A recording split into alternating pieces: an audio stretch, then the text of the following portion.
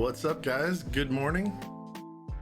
Yes, Dead BC 77. Sunday morning builds are the best morning builds. I hold that to be true. What's up, Shocks? How you doing, man? So hey, what's up, Milkman? How you guys doing? Hopefully you guys are all doing pretty well today. We're gonna build something that I've built a few of, maybe like 5 on stream, or for customers at least. Maybe only 4 on stream. Maybe this is the 5th. I don't know, maybe this is 6th. But it's an oldie but a goodie. Like, these never get bad. I have never disliked these boards. I think they're fantastic. And well, it just hasn't changed.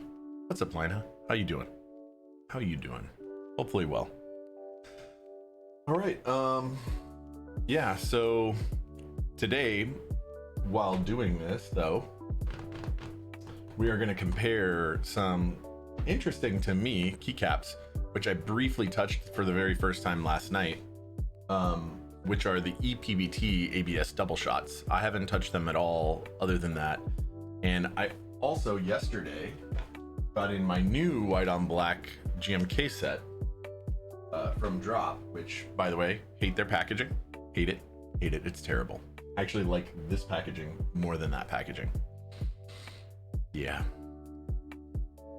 Literally using a Tofu as your interim board. Hey man, I mean, it's pretty good for what it is, right? What's up, Dead BC? How you doing? What's up, Tiny Shiny Crumb? Good to see you. In case anyone was wondering. TSC's got her own you know, her own command. Cause like you do. So I think they're great, actually. I really do. I don't think there's any real downside to them. I'm a little disappointed that, so for this board, I ordered the parts for a customer's board in this case, and it's been taking so long for KP Republic. So I think Prime might have Durox stabs in stock now. I need to go back and look at the sheets and make sure that these are the ones. Yeah, so we ordered from KP Republic, so that order didn't come in, which is fine because I have a bunch of my own that I could use to just make it work and then backfill from the order that comes in. So the only ones I have though, those are for a custom board build, the purple ones, so I can't get rid of those. But I have a bunch of these pink ones. I have one set of smoked, but those are for something else too. So basically I have pink ones, which I don't think matters because you don't really see them anyway. But then I also have Zeal stabs. Zeal stabs are more expensive, so and I didn't charge the customer for that, so I'm trying not to use those. But you know, I think it'll be fine. Customer, I know you're out there. You go ahead and let me know if that's not true. You could ping me on Discord or whatever. I think the pinker's fine because you're not going to see them. You don't see them anyway. So yeah. You're new here. It's Pengu. Nice to see you. Oh yeah. Are pink Durox stabs fine? Do you mind pink? Does it matter to you? Because the only clear ones that I have are Zeal stabs, because that order didn't come in. Yeah, I didn't think you would. You don't see them anyway. Anyway, it's Pengu. How are you doing? Welcome. I'm happy that you're new and you're here and you found us. If you're into keyboards, this is where your people reside, probably. Yeah, the Durox stabs are good stuff, Rob Shred. I actually agree with that. I think they have pretty much the same tolerances for all intents and purposes as Zeal stabs, and they're like half the cost, or just a little bit more than half the cost. Actually, they're about half the cost. Not quite new to keyboards, just haven't tuned into my streams yet. Oh, well, welcome. So yeah, so today, while we're building this board, we are going to use the customer's ABS by EPBT. Weird, because EPBT has PBT in its name, but they now make some double shot ABS caps. We're going to compare those to the brand new drop set. I have an old set too, but I think we'll just compare them to the new ones. Or electronics, he made a Nixie thing once, therefore makes the channel multi-dimensional. Thanks, TSC. We're gonna do more electronics on my stream for sure. I've been toying around the idea of doing like a solar system for my house, which may or may not be a thing that I do for sure. But either way, I'm probably gonna do a couple battery pack builds for various things. You know, there will be some electronic stuff on here that isn't that. There will be more Nixie build stuff too. What's up? Duroc stabs are the Duroc stabs are pretty good. Jugoi. I think you told me how to say that before, and now I don't remember again, and now I feel like a jerk. Would be cool to do some Pi stuff. Maybe we'll do some microcontroller stuff at some point, but I don't know if we'll do Raspberry Pi stuff so much. Maybe we will. Anyway, you guys can see TSC just pinged the build. I added like the full list of stuff that we're gonna do, and I'm pretty, I don't know, as usual with this specific board, I'm excited. They're kind of hype compared to like customs. They're not as amazing as most custom boards, like full customs are, but they're really, really, really close, and they're like a fraction of the cost. Yeah, I know I'm sorry. I do still feel like a jerk about it. I try and remember those things.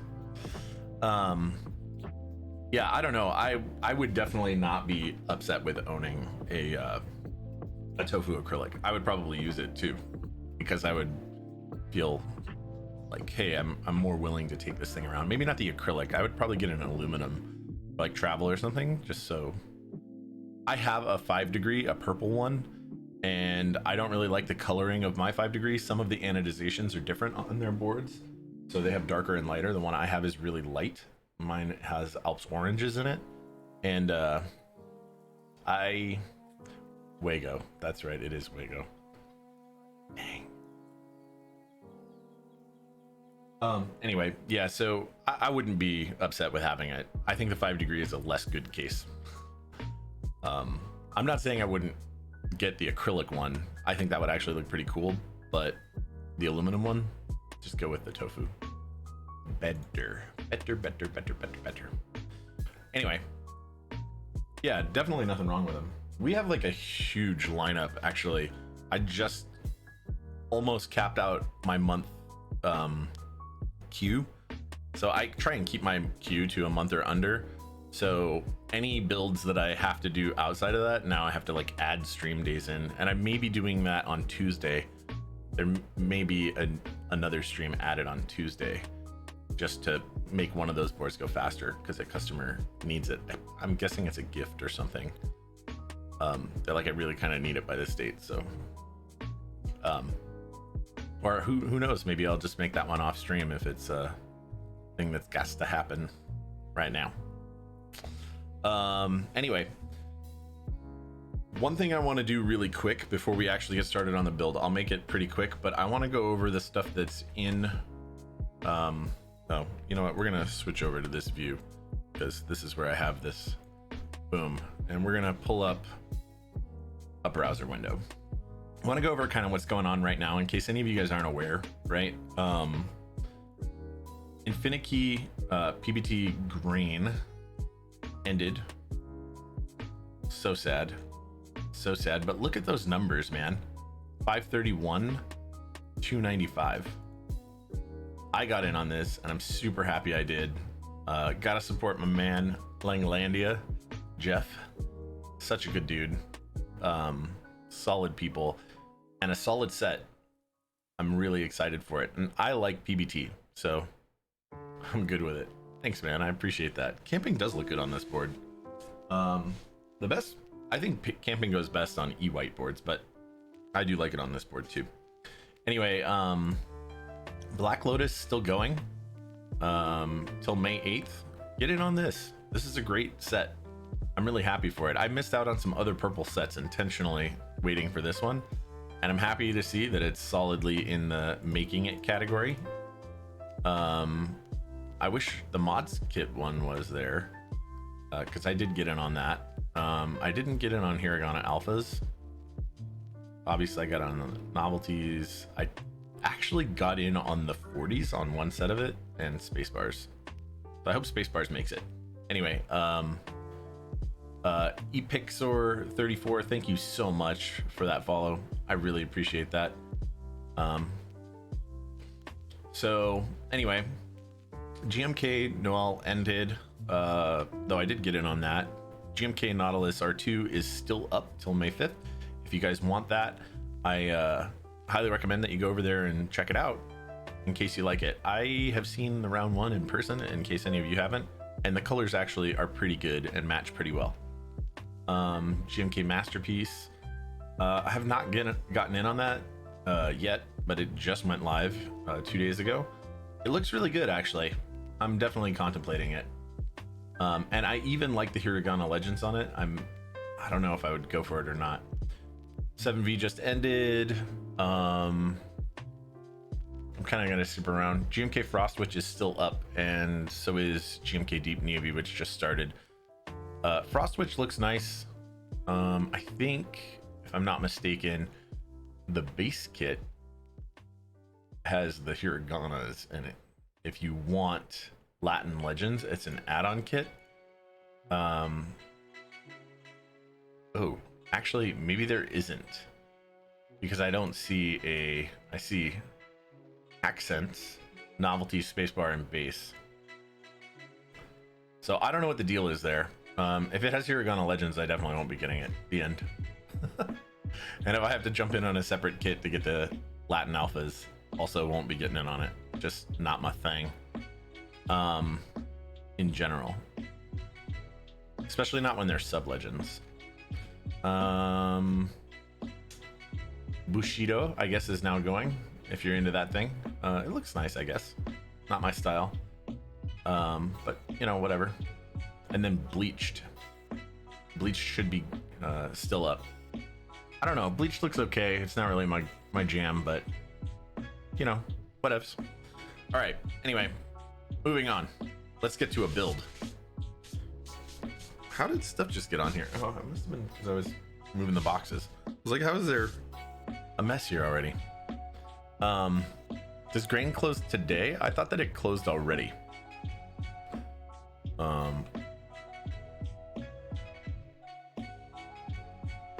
Ooh, keycap blender, huh?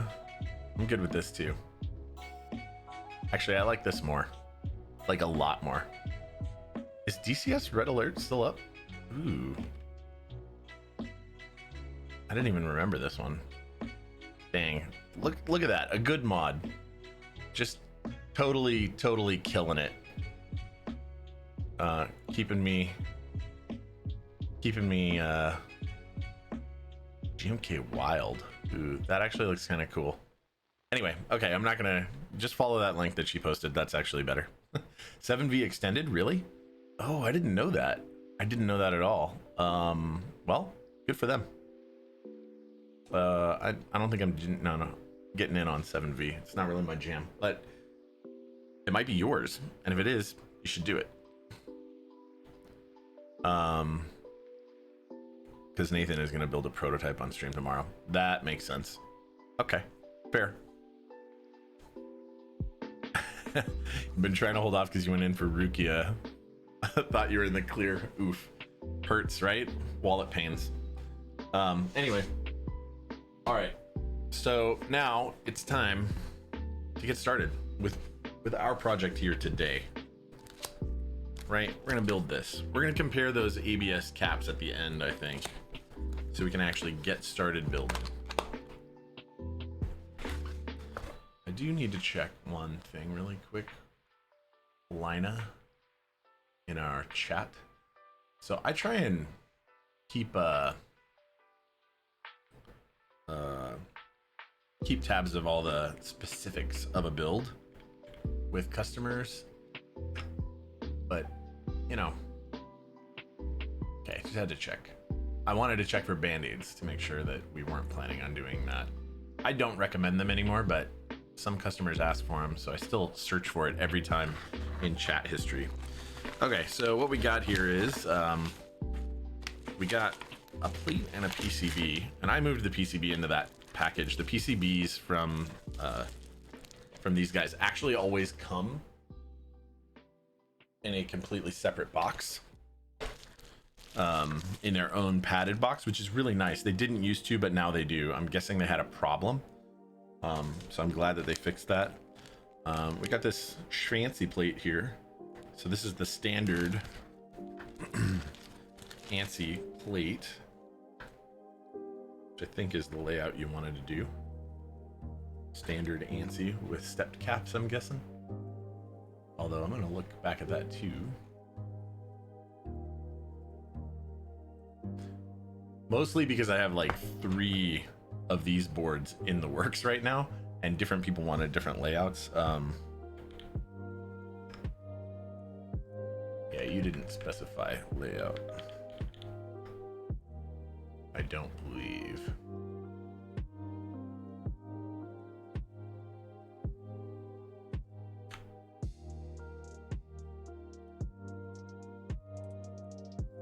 Yarr. Good. Good. Just want to make sure. Oh. Actually, looking at it, maybe you did want a different layout. I don't know. You're in here. Tell me what layout. Looks like pretty straightforward stuff, but we also got all of our lubed switches. Okay, next we will unbox this. Yeah, I'm okay with it getting extended. I mean, I'm not gonna jump in, I'm pretty certain. And now you got me second guessing myself. So here, there is one issue sometimes with the way that KBD Fans does this, and this is like one of the things that you usually don't have problems with when you go with full customs. 2 of these screws were actually loose inside of this sleeve. They were in the tray, but I mean, like, come on, QC it for real. QC it. People spending a few $100s on your website, get it handled.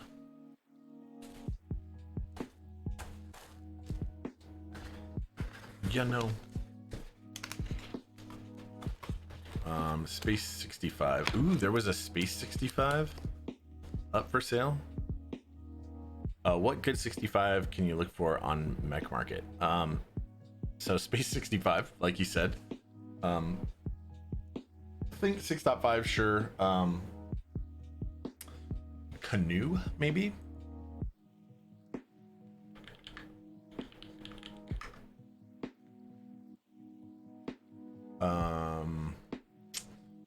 Bauer, although I doubt you'll find one of those. Isn't Savage 65 going on for GB still? Maybe.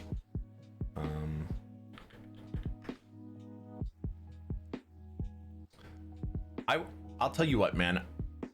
Yeah, there's one. I'll tell you what. I was actually pretty blown away. Pretty blown away by Space 65. I had to get in on Cyber Voyager as a result. I probably should have gotten in on 2. I'm being real. Yeah, Savage sold out in like seconds, didn't it? The extras, I mean. Yeah, okay. There you go. I knew that it was quick.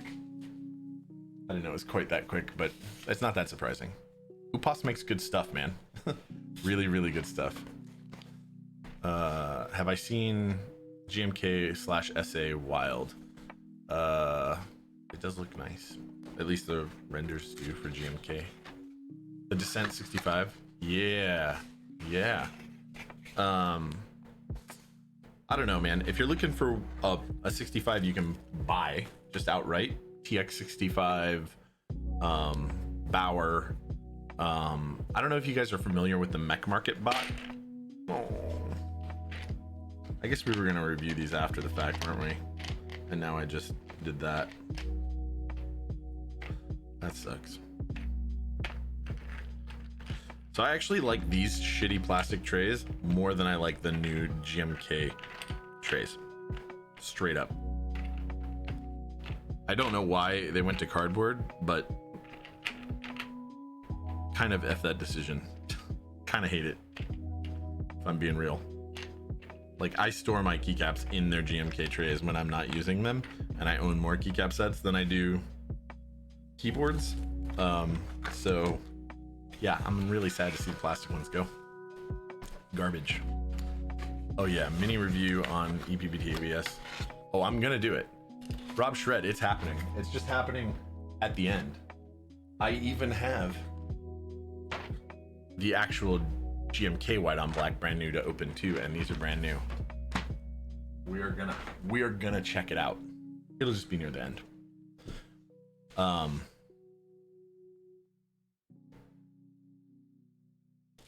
Oh no, that's a 60. There is a Tofu 65. Yeah, I don't know. I mean, those are kind of the 65s that I think are J01 is kind of a 65. You're probably not gonna be able to find that one, but you know, whatevs. Yeah, whatever. Yeah, whatever. All right, so here's the board, here's the parts. All right, let's get this PCB out. Let's get these other parts set aside. Get the bump-ons on, I guess, first, because that's what you should always do first when you have a custom coming in. Anytime you're building a board, guys, step one, if you're actually using your brain, the big brain move is to put the bump-ons on the case.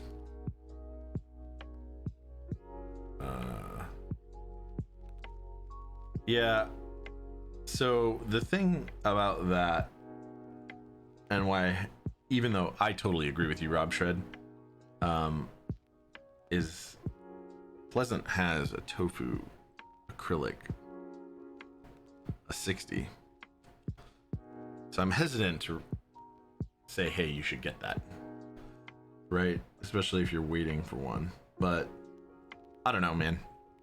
I think Space 65 is the nicest 65. I remember Canoe is nicer for sure. Polycarbonate one is, at least. But yeah, but about that, I don't know if you can find them. I think you probably can. All right, let's test this PCB out, right? Let's get it out of here. Done. You'll like it. You believe Nathan streaming 7V build on Tuesday? Yeah, I think you might be right, actually. I'm almost sure you're right. But it's been a little while since I've been regularly watching Nathan's stream. Not because I don't like it. I love Nathan's streaming. I love Nathan's content. Just limited time. And now that I'm mostly working from home, at least for 2 weeks at a time, I'm working only at home, and then 2 weeks I might go in some. It's crazy that working from home actually reduces the amount of free time that I have. So all of these LEDs work. Again, only the red comes on. Come on, program your board with like, just put a program on there that actuates, that gets all the RGBs. I want to see that all the LEDs work in all the colors. Is that too much to ask for? I mean, we're not going to test it, but it's irritating. It's really irritating. Anyway, such is life. All right, so hey, Tomas's 318, like BMW 318, like I'm trying to Tomas's 318. Yeah, I don't know. Thank you so much for the follow. I appreciate it. I really, really do. And anybody who isn't already following, or subbed or whatever, consider going up here and clicking one of those buttons. if you like the content. Let's keep in touch. That is a good way. Another good way is to ping the bang socials command and then, you know, follow on YouTube or Instagram. Okay. I've actually been pretty bad about posting to Instagram the last month and a half. I'm gonna remedy that.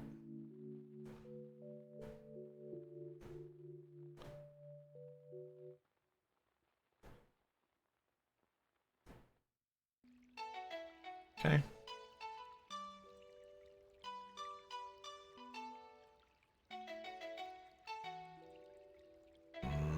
Trying to turn caps lock off. There we go.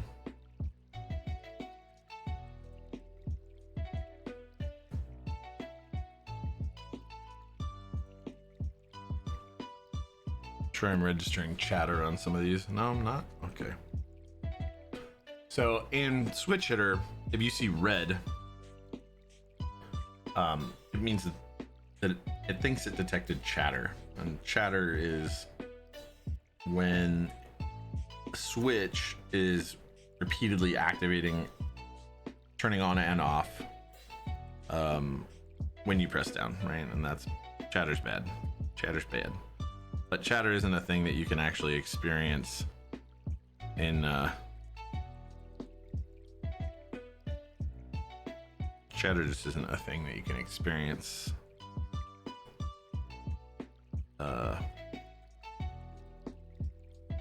with tweezers. It's not possible. Or more specifically, tweezers might chatter all the time. And oh well. So I think these are like function layers by default down here that we just, the one is at least, we're not gonna see it. It's a space, and then there should be this. Cool. Cool. Cool. First soldering project, keep an eye on what IME or you does when he's, yeah, absolutely. We will get to the soldering, and you should keep an eye out, because that will absolutely, I try and take a lot of time to make sure people understand what's going on. And now that you've said it, I will actually intentionally go over some technique stuff when we get there. We're not there yet though. Yeah, I know you guys do. I know you do. Rob Shred, and I will get better at it. What up, Jeff? How you doing, man? So I called out grain earlier. I went over like GBs and stuff, and I know, you know, I already got in on grain, but I just wanted to make sure everybody knew. That's Jeff's key set, and it's freaking awesome. Hey, it did really, really well, by the way. Like really, really well. Extraordinarily so. I think. I mean, for a infinite key set, like it did really, really well. I think. Yeah. Okay. So cool. We got our PCB tested. We got all that good stuff going. Now, what are we gonna do next, guys? We do actually need to verify our layout. So I didn't see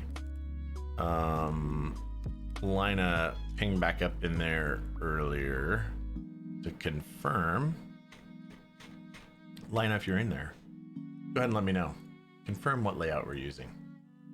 So I'm looking right now.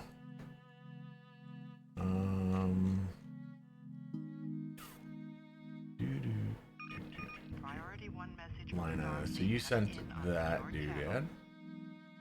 Ooh, Vogon PT, thanks for that sub. I really appreciate that.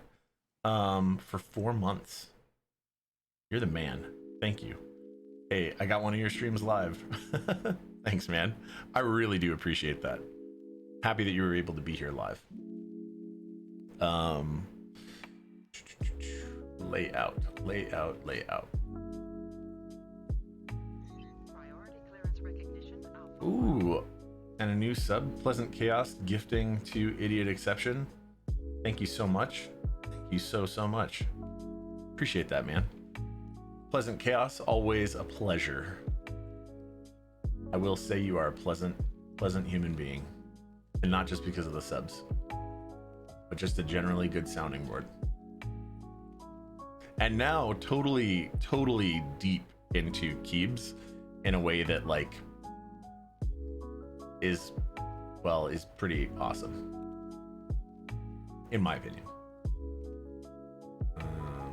Okay, so press, got that. So I said in there it has ISO enter. Lina, did you want ISO?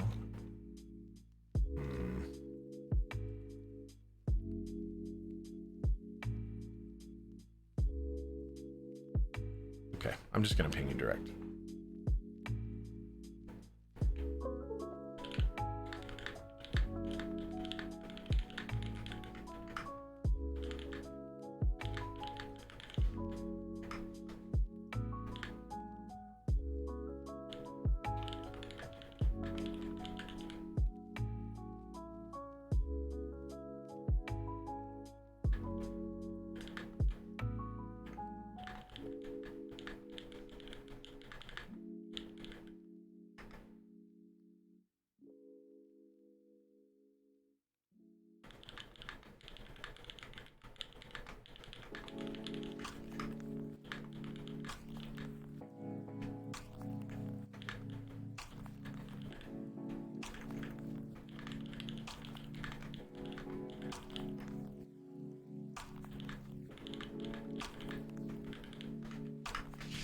Sorry, pinging customer direct because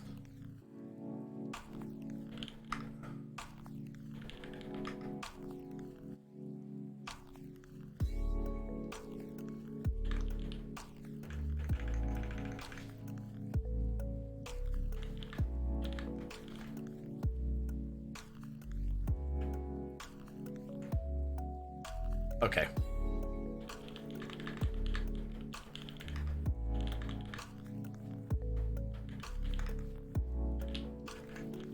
Sorry, guys.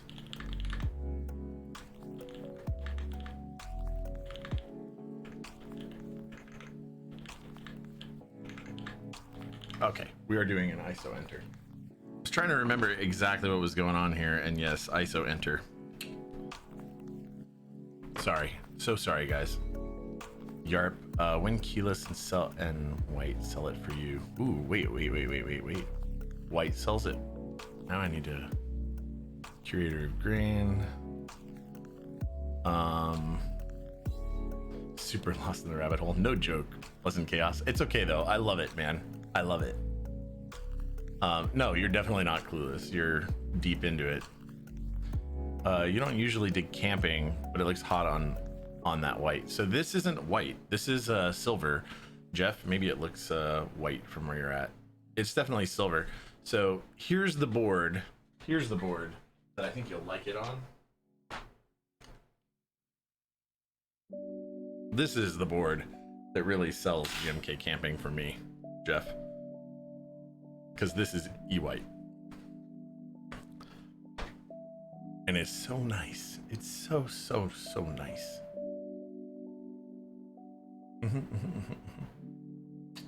I think it is anyway. Yeah, I mean, a white board with camping actually looks great. Yeah, and this board is thocky. This is a TX84, just the original, not SE. No V2, no round 2 or yeah, whatever they called the TX84 SE one. This is a standard TK or TX84. So the 87, right, supports a full bottom row. The 84, not. Otherwise, they're actually like the same keyboard. They just have a different top bezel. So in this case, this stepped portion right here this thing is just a piece of aluminum that clamps down because it's a sandwich. TX do make great stuff, and here's the deal: for the price they make the great stuff, but I will say their prices have climbed a lot. I think I bought this board for 500 on Mech Market, which was expensive at the time, and I bought a TX84 SE that's red for 400 shipped to my house. And now I'm thinking you're not going to find one of those for under 650 or 7. Oh, you got in on the crystal version of the EO87? Dude, I didn't jump in. I wonder if I'm going to regret it. I'm sure I'll build one at some point and I'll be like, oh no, I should have gotten one of these. But you just can't get all the things. Okay, so we're doing ISO enter. Super straightforward. I think we're just going to do standard bottom row, standard left shift, because that's what this plate supports, and then ISO enter, which means you'll have one extra switch right there, and standard everything else. That's what it sounds like. ISO enter is kind of cool. I just was looking up above and I had commented on it. So complete impulse buy? Really? Yeah, I don't know, man. Like, I almost impulse bought it. I almost had an impulse buy moment with that. I am gonna check to make sure that this set in fact includes our ISO enter and all that good jazz. It shows it online, but oh, of course. Okay, sure. You know what? Sure. This is the one thing I hate about the way these EPBT sets come packaged. I don't want to mess up my side cutters.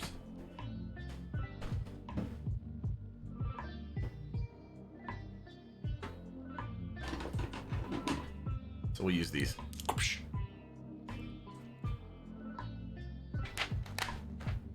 They put this staple in on the side, and it's dumb. Why would you do that? Okay, so there is an ISO enter in there. And I'm just gonna make sure they have like a 1U pipe backslash proper row.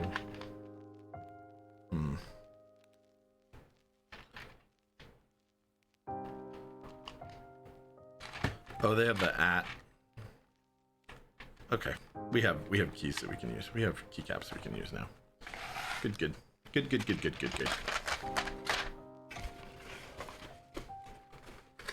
Probably gonna regret not getting in when they start. Yeah, no joke, man. Yeah, so no KB, I fully agree with that part, actually. I have to admit that was a pretty tempting part of it because it was like really inexpensive and comes with a TX bag, which is pretty great. TX bags are great. I mean, they're only like 35 bucks by themselves, but like, who doesn't want a TX bag? I have like 7 of them and I want more because they're great. Actually, I might have more than 7. And funny enough, right now they're being stored in like the bathroom that's next door. Because I have a 3-bed, 3-bath house, so like that bathroom doesn't really get used except for my air conditioner right now. Added air conditioning.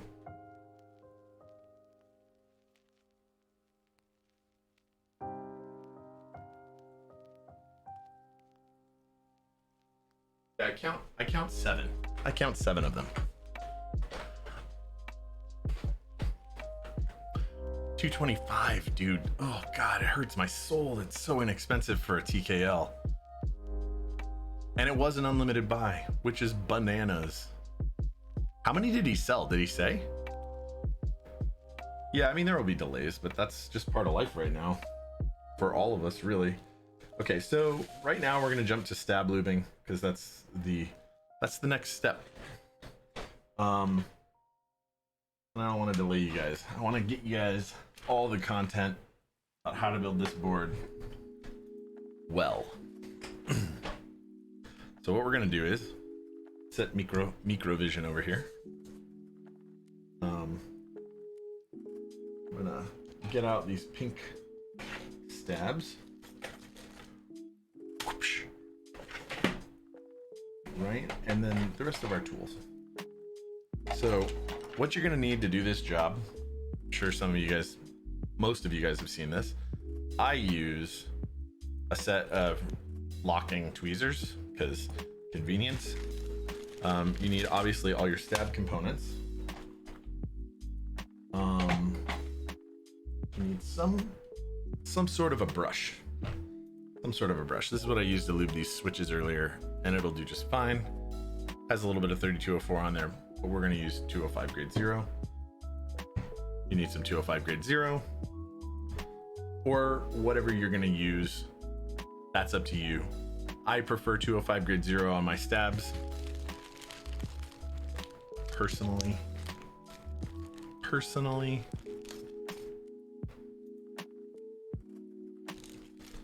That's just me though. That's just me. Pull our 625U wire out. Pull some of these out. I need 4 of these small ones and 1 of the big ones. It is, yeah, okay, good. Popular choice is also dielectric grease. I agree, Jeff, but dielectric grease. So this is my issue with dielectric grease.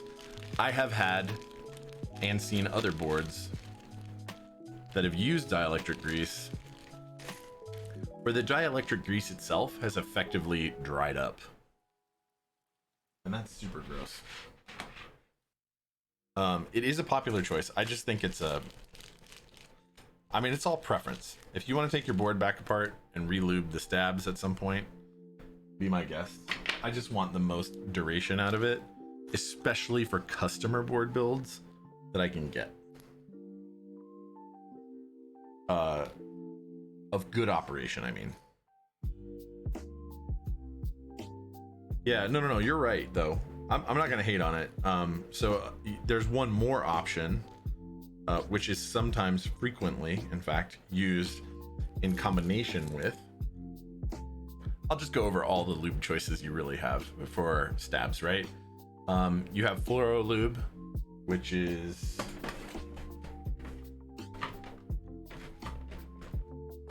come on, get out of there. Okay. All right. You have fluoro, finish line extreme fluoro. You have dielectric grease.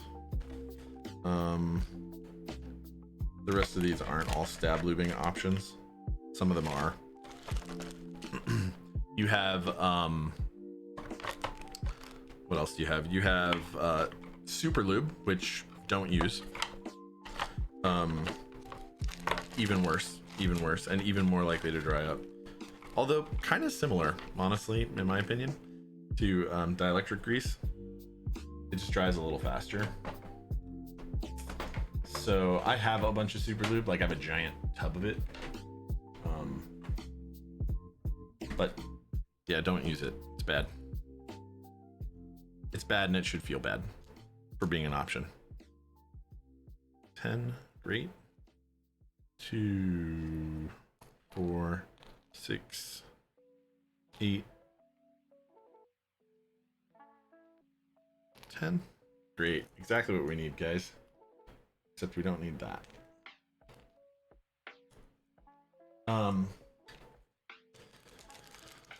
Yeah.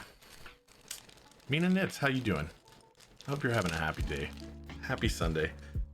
All my Sundays lately have been happy Sundays because stream Sunday. 205 grade 0 everything. I kind of agree with you, Pleasant Chaos. On linear boards, on boards with linear switches, I actually fully agree with you. 100%. 205 grade 0 on all the things and be done with it.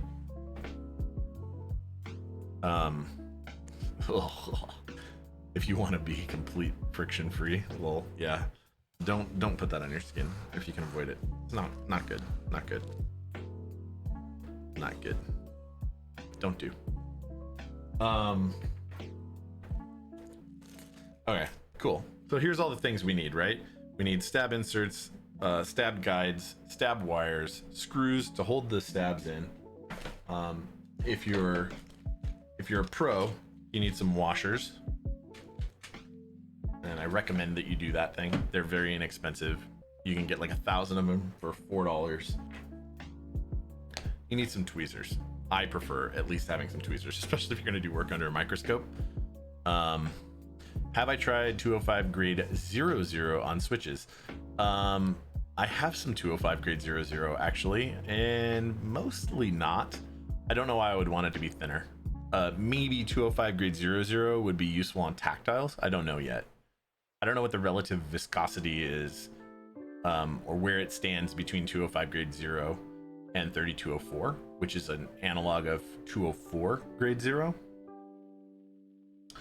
But generally speaking, I would actually be willing to use a very light coating of 205 grade 0 on tactiles for my own use. I don't, but I would be willing to.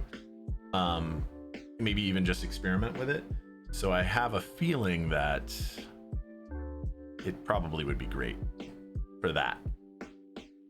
You've been using it lately, actually, like a little better than So the thing is that grade 0's consistency is going to be like kind of like applesauce. Grade 00 is going to be a little bit more liquid, and for stabilizers, I think grade 0 is better. And the reason I think that is because it's more likely to stay in place, and that's really what you want. You really want it to just sit there in the stabilizer and absorb sound. Like, that's what it's doing. You wanted to damp the motion of plastic hitting plastic, and then you wanted to absorb whatever sound is resultant from that. It's also more dense, which again, better sound absorption. Are you guys getting in physical activity during your regular commute days? You were less than 3K steps a day, now you're 6 to 10. I need to be getting in more. I'm getting in considerably less physical activity, and it's something that I'm trying to remedy. I'm failing somewhat sometimes. Not altogether, but I'm definitely gaining a little bit of weight. It's not good. Not good. Need to get better at it. Anyway, boom. Let's get that microvision up. Apparently we scratched our microscope. That's bad. Not the lens, but the bed. Okay, so first you're gonna do these inserts. Heiny, thank you for the 12-month streak of subs. My man, it's been a year. Thank you so much, man. Boom. Here we go. Time to lube them stabs. Yes, G0 definitely better for stabs. The difference between 0 and 00 is pretty much the same between 3204 and 3203. That's fair. That's fair. Yeah, Heiny the man. Ooh, dude. Every time I look at the pictures, by the way. Oh, God. I want. Cannot wait, man. Not rushing perfection. Just saying. I can't wait, man. I wish you all the success with that board. And all of your other endeavors. Definitely that board. Pleasant, you want an HBCP so bad. Sorry, man. I don't know if it's gonna happen. Look, I mean, quite a few of them were actually made, I think, right? Heiny, how many HBCPs? 50-ish? Thanks for hyping it so much. Dude, look, man, I only give my honest opinions here. And it's a board worth hyping. The end. It was a board worth hyping. And likewise, I think that TKL1 is also a board that will be worth hyping. I mean, I'm already hyped for it, but I can't imagine that it's not. Like, I mean, it's similar design in terms of external shape and dimensions to HBCP. Not dimensions, but shapes, right? You get the same kind of lines, which look great. They look simple and great. That's what I like. It's not like flashy for the sake of flashy, right? Like, it's flashy because it's a giant hunk of aluminum, but it's not like the curves aren't, it doesn't have crazy like razor edges and angles that are going all over the place. It's like subdued, right? It looks simply good.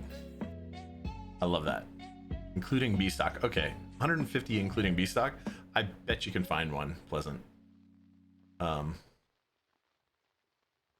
bet you can find one. Okay, so here's what we're doing, right? We're lubing the inside of our stab guide, and this is pretty much what I'm doing with 205 grade 0. Right? Getting a decent coating in there, not thick, not anything that's going to interfere. No hydraulic locking going on there. There's a little bit more on the back there, but that's fine. There's nothing wrong with this. This looks good. I don't lube this part up front right here directly. I lube the wire and then clip the wire in. That's how I lube that area. So we're not lubing that directly. You could lube this directly and avoid putting a bunch of lube on the wire, but I think you're setting yourself up for a more difficult time by doing that, right? So we'll build one exactly like that on microscope and show you what's going on, right? Okay. I mean, you'll run more too, which is great. Yeah. Pleasant is a cool dude, Heine. I'm telling you. This is someone who was a customer of mine first. In fact, bought a board just like this one. Not just like, but similar. And now is like so deep in the hobby.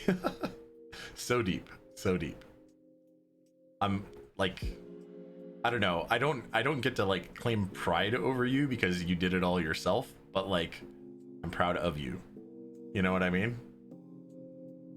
Because man, you've come a long way. This guy tells me things about keyboards that I didn't know. Okay, so there's a side that has 2 holes in it.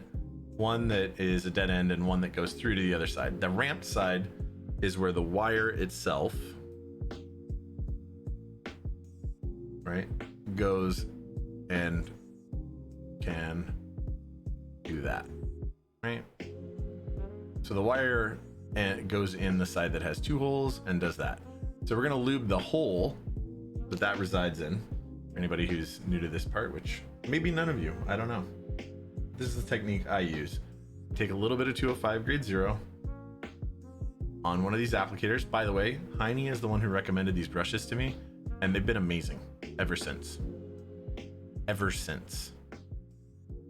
You want 1800 and you want a Heine board. Yeah, man. In too deep. Like the only nice thing about home office was getting to use the keyboard. Thanks, man. That's actually really good. Thank you, man. That's like heartfelt. Oh, I mean it. Like, that's awesome. Okay, so I don't want to get distracted though. This is how we do this, right? We're gonna go and place this brush inside that hole, and we're gonna smear all that lubey goodness all up inside of there, right?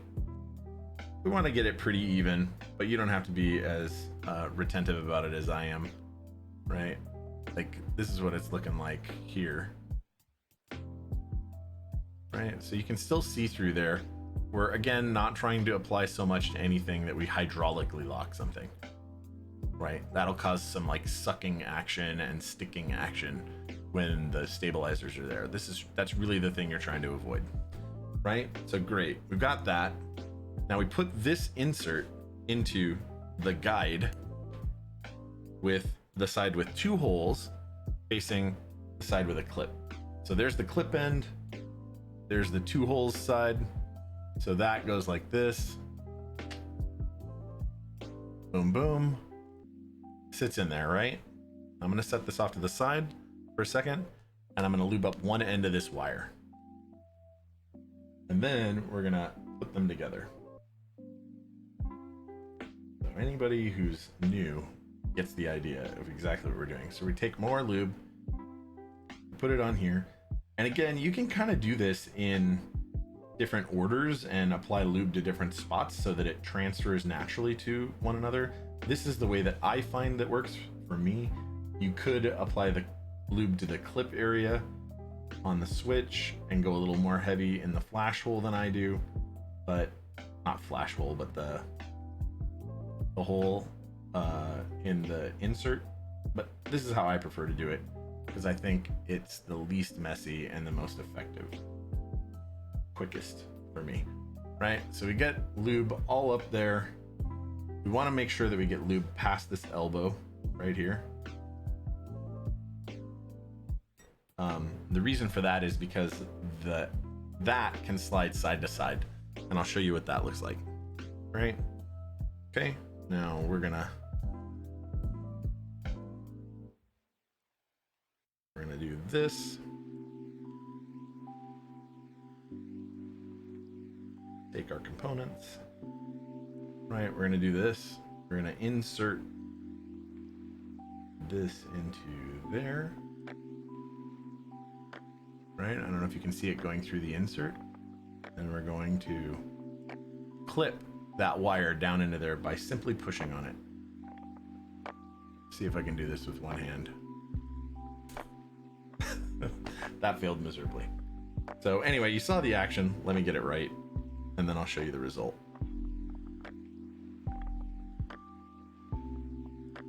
Right, that's how we're gonna do that, and it just kind of clips in like that. Now notice, let me show you a little better. Notice that the wire can slide side to side. That's why we wanted to get lube up past the elbow in there, up here, because that piece of metal is contacting that piece of plastic, and that piece of metal right there can contact the sidewall of this or here. So we wanted to make sure there was lube in there to prevent sound from occurring as a result of that. Cool, done. We turn off the microscope vision for the time being, and I'm gonna move on, and I'm gonna complete that task on the rest of these, just like I showed you. Perfect 7-second summary. Ruh-roh. Was I being too long about it? What's your 7-second summary? Look at us. Hey, look at us. Look at us. Huh? Who would have thought? Not me. Wow. Did not expect it had to be so lubey. So that's the thing. It doesn't have to be. Kind of depends on your technique, right? I want it to be as sound deadened as possible, so as rattle free, while still not impeding the motion of the stabilized switch. To an extent, it's dependent on the weight, the spring weight of your switch. So these are 67 gram Zealios, so they have enough return to overcome a fair bit. If we were doing 62s, we might go just a little bit lighter on the lube. 78s, you can go pretty heavy because they can overcome a lot, but not so heavy that anything is gonna get hydraulically locked still.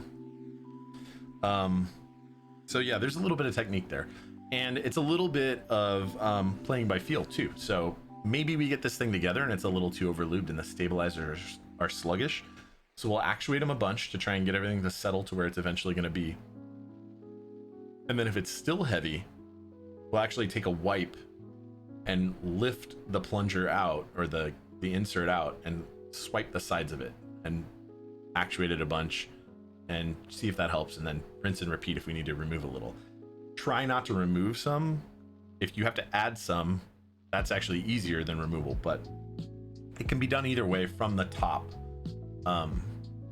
with a brush after the stabilizer's together. So you don't have to worry too hard about it. Everything can be fixed. Well, not everything. You could like soak it, which would make it really difficult to fix.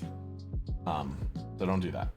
But right now we're just gonna rinse and repeat the action that we just had. So the important part to not get overly lubed, Mowgli, is actually this part in here. The part where you're gonna get the most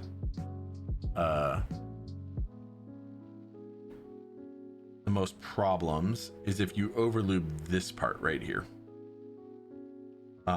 If you overlube here, this is where you'll get the hydraulic locking.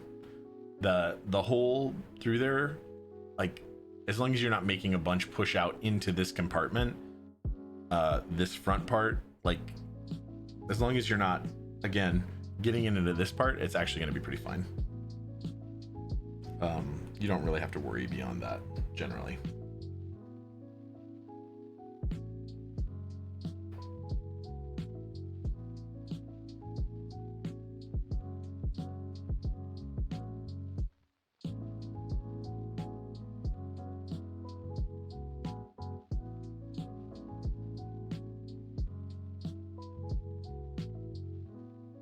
Yeah, I don't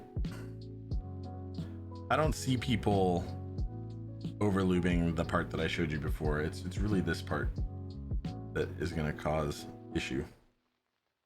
That was too much.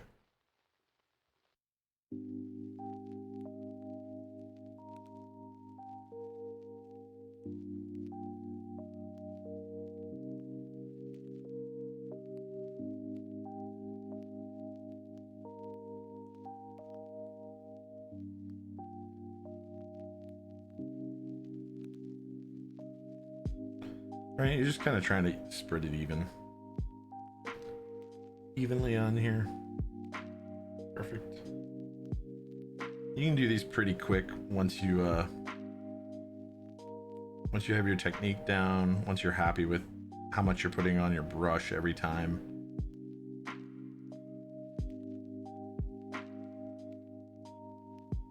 Right. And you can actually look in there and be like, oh, well, there's a little bit too much there. A little bit too much there, and remove it with the brush and get that one right, and then forward it on to this next one.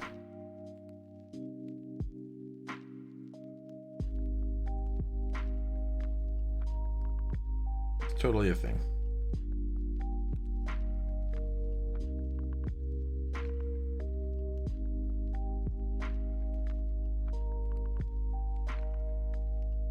Right, and note that actually the 6 and 7 U space bars are going to be the ones that are going to be the most likely to have stiction or whatever. They're the ones that are going to be the easiest to lock up, because the spring in the switch is actually counteracting more weight applied to it.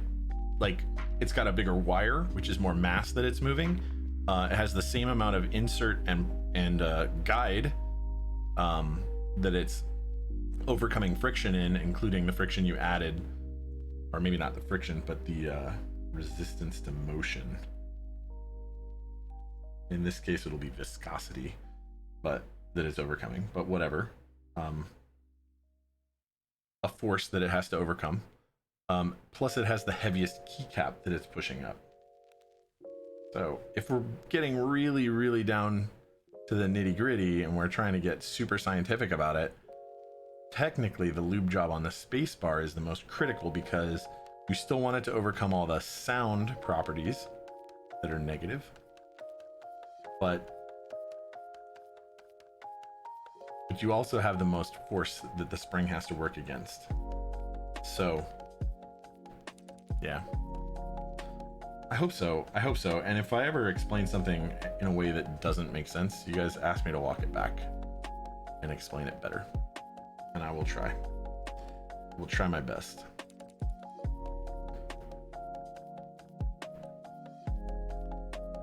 I mean, you don't have to be a physics major to understand, right, that more weight given the same spring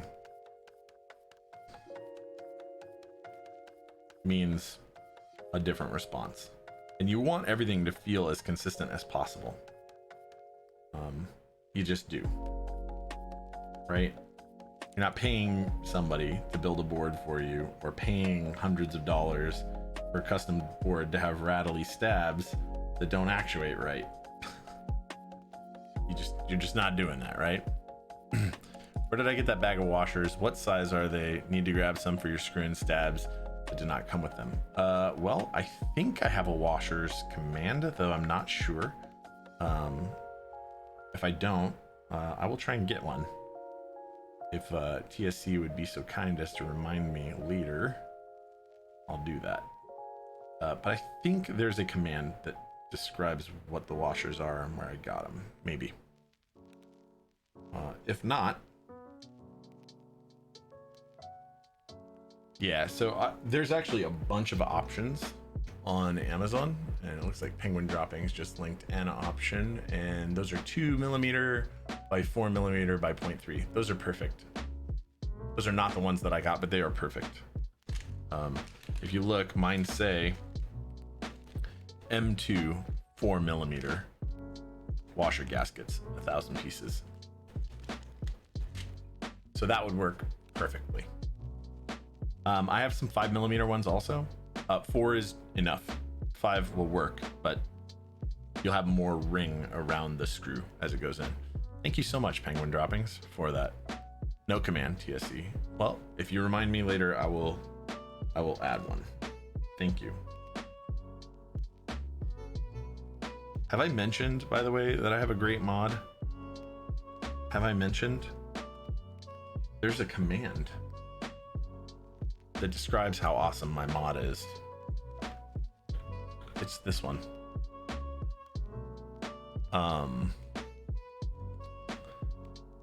Ooh, also, but there's one for HBCP. Yes, there is. Hey man, credit where credit is due. Gotta give it. Also, yes, Penguin Droppings. So good to see you on here. How you doing? Hopefully you're having a great Sunday. Afternoon, I think, for you, right?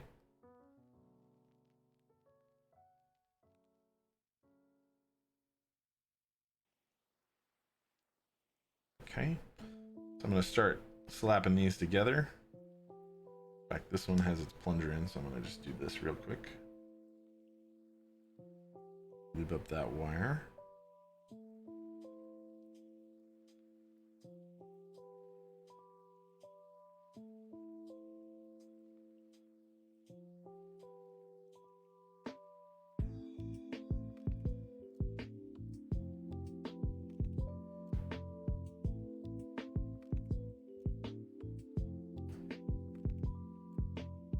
Didn't get up past the elbow far enough, so we can add a little bit right here. Make it more lubey, as Mowgli had to say earlier. Okay, that one's done. Great.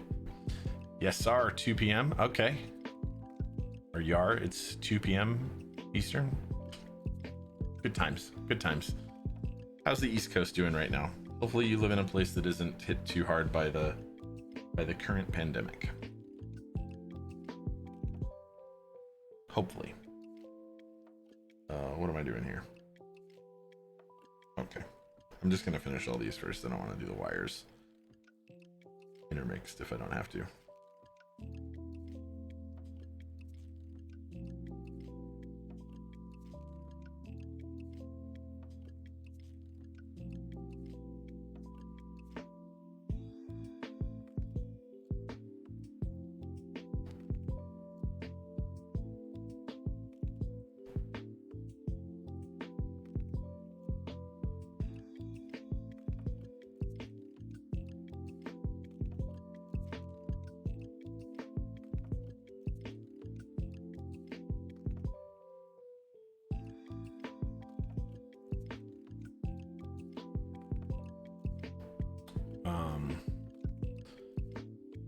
Where are you here?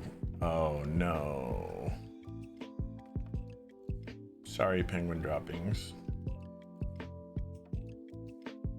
Be careful. Yes, indeed. Be safe. Hope you and yours are staying safe. Rarely order takeout, work from home. Yeah, good. Good. I'm really glad to hear that. Hopefully you are able to avoid as long as possible. Hopefully indefinitely. But if not, as long as possible.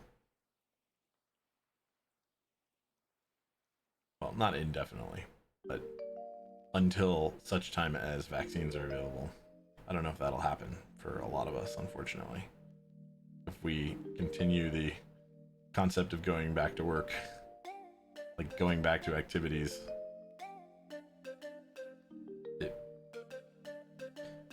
we may not all be able to avoid. Ooh, Mina Nits, you're in Long Island. Dang. Oh. Little bummed they moved KeyCon to September though. Me too.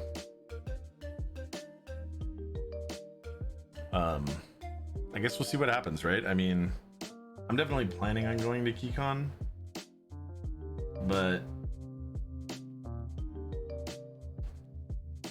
I don't know. My behavior might not be exactly what was previously likely to happen. Like, I like touching all the keyboards, but I might have to bring gloves, touch all the keyboards in a less than optimal way. So we'll see what the state of things is then. Yeah, I didn't realize there was so many New Yorkers out here or in this stream, but welcome, guys. Happy to hear it.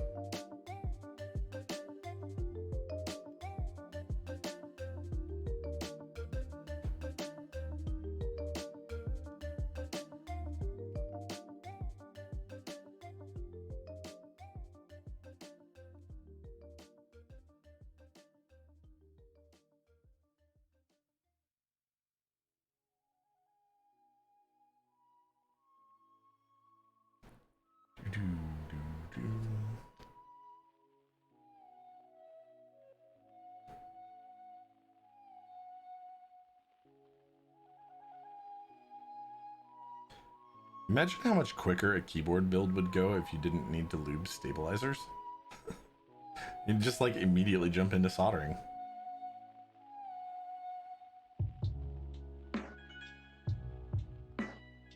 I do believe it would be that easy. Test PCB, screw in stabs, solder. Well, obviously insert switches, but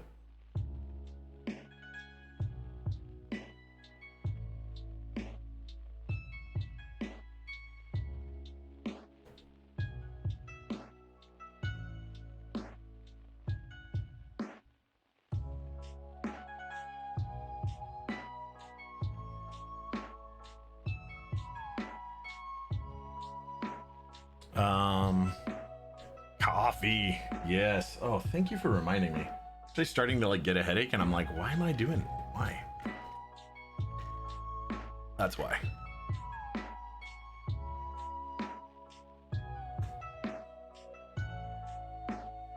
Pleasant. This is indeed a customer build. Indeed it is. Yo, been an East New Yorker for most of your life. Moved to Queens to avoid getting shot instead of just getting just end up getting corona. Oof. Do I lube switches for customers too? I do, mean in it. I mostly avoid lubing switches for people who aren't also getting a board built. And I don't really lube switches on stream usually. The only times you see me lube switches on stream are when I didn't have an opportunity to lube the switches before the stream.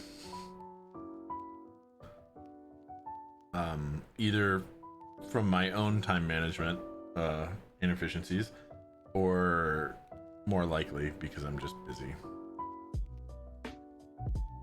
Though both are possible.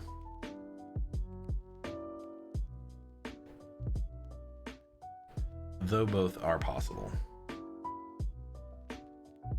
I have to admit.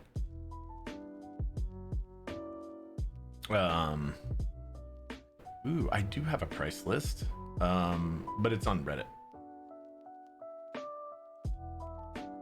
Bummer, you're in Brooklyn, been quarantined for 8 weeks. Oof.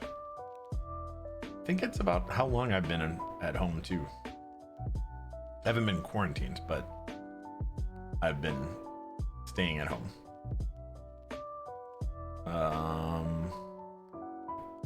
Liquid Sky. Bummer. Oh yeah. I hope by May 15th it'll be a bit easier, hoping for the best. Man, I'm hoping for the best. I really am. Random Q. What audio interface am I using? I am using a Go XLR.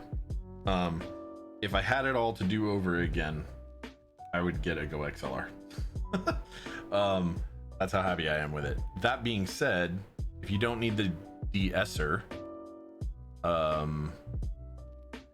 and you're not like a gear or like I am and need the motorized faders, not need but want the motorized faders, then get the Go XLR Mini. It's a lot cheaper and it does everything exactly the same.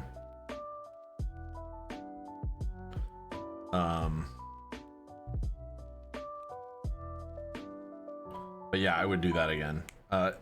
However, when I started the stream, I was absolutely using a USB microphone. I was using an AT2020 USB, and I do not regret that choice. And to be honest, for streaming, that is plenty good enough. It just really is. Yeah, that's rough, dude. March 12th. So I think for me, it's been about the same time. It was March 14th, I think. Need to look. Maybe it was March 12th, actually. It would have been March. Yeah, so March 13th was the last day I went to work. Like, before starting this. Now, I have been into work since then, though. A couple times. But I have been in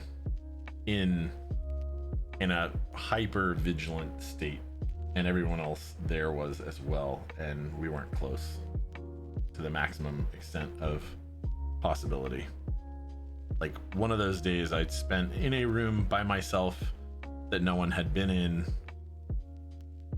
or came into while I was there for basically a month.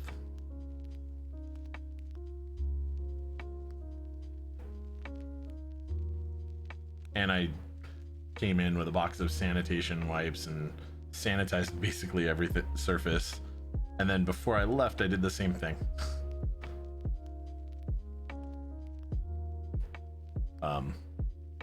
So there is that. Another one of those times, though, I was relatively nearby other people, but everyone was wearing masks and gloves, and we still tried to stay as distant as we could. I don't know. They actually sent someone home while I was there because they'd been near someone who was sick. Not that had a confirmed case, but that was sick. And literally that person came in, and like, we have this like checklist in the buildings, like through doors that you walk in, and it's like, boom, all of these things, read this. And we actually have someone stay there and confirm visually that someone is reading it and acknowledges all of the things before they come in. It's wild. It's like TSA, but somebody that I work with. You know? It's rough. So many things are being sanitized that have never been sanitized before. I'm actually really happy about that, Mowgli. The place that I work doesn't have, so there are janitorial services in the buildings that I go in, but they're not able to go into certain lab type areas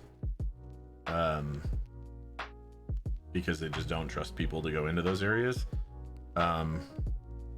So basically it's up to the people who work in those areas to sanitize them. And I don't know if you know this, but when you don't pay people specifically to do that job, they're pretty bad about it. Depending on the area, right? If it's like a clean environment, it's a little different. But if it's a type of area like where there's just computers and stuff, people are really bad about it. And things go sanitized for years, effectively. Like, people will tidy up, but like a deep clean, you know, you could tell, because if you walk into an area that doesn't have a lot of traffic but has computers that have been there for years doing whatever they're doing, and you see like grime on a keyboard, you're like, this is disgusting, right? So I don't go into those areas very much, but they do exist where I'm at. And those areas now, though, are getting cleaned. I mean, they would get cleaned by me when I walk into them anyway, because I'm kind of I don't want to say I'm a germaphobe. I'm not a germaphobe. But I am like really cautious of places that are really prone to a lot of germs, and to people that I work with that I notice doing gross things. Like, there are absolutely a couple people in the buildings that I work in or whatever where it's like, oh, we've noticed, and by we I mean like me and other coworkers have noticed that like that dude comes out of the bathroom and didn't wash his hands. What is wrong with this guy? Well, now it is encouraged at my workplace, according to all the emails, that if you see people doing stuff like that, to literally call them out or notify someone else to call them out. Like, the first stop you have to make in the buildings that I work in is to go to the bathroom and wash your hands. It's now like a requirement. In fact, one of the buildings, there is a foot pumped like hand washing station out in front of it. You have to wash your hands before you come in, and someone there that makes you read this checklist I mentioned or whatever is like there to verify like that guy washed his hands. That's amazing. It makes me so happy that people are washing their hands. Like I said, I'm not typically germ phobic, but I am pretty conscious of the fact that some people are just disgusting human beings. Some people are just disgusting human beings. Savory Sweets RL, thank you so much for that follow. I really appreciate that. And it reminds me, anybody that's not already a follower or whatever and wants to stay in touch, one of the best ways you can do that is to go up in this area or whatever and click that follow button. Then you can get notifications when I go live. I only do it a couple times a week, so you won't get a ton of excessive notifications. You can also go onto the socials that just got posted into the channel, and you can follow me on those too. All right, boom. Stabilizer's lubed. Bingo bango.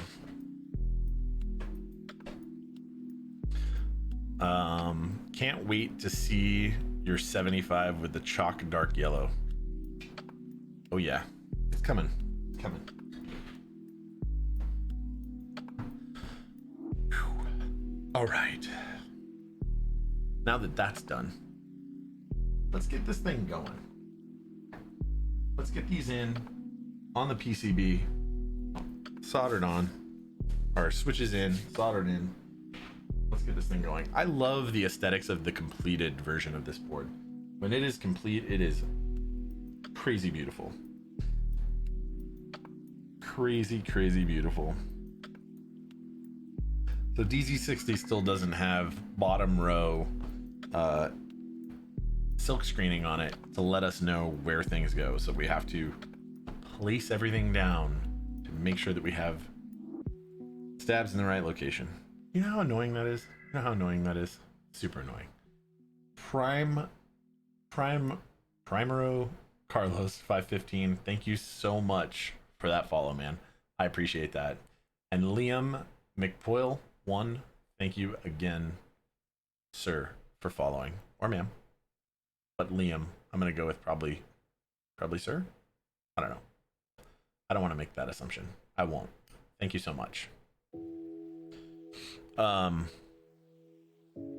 Thoughts on 7V? Worth the price tag? So let me go reacquaint myself with its price. I think I know where it's at. I think it's like sub 5, but over 4, right? Novel keys 7V. Where are you at? So that says 7V extras. 7V keyboard group by. Pick a color. Oh, is it extras? No. I thought it got extended.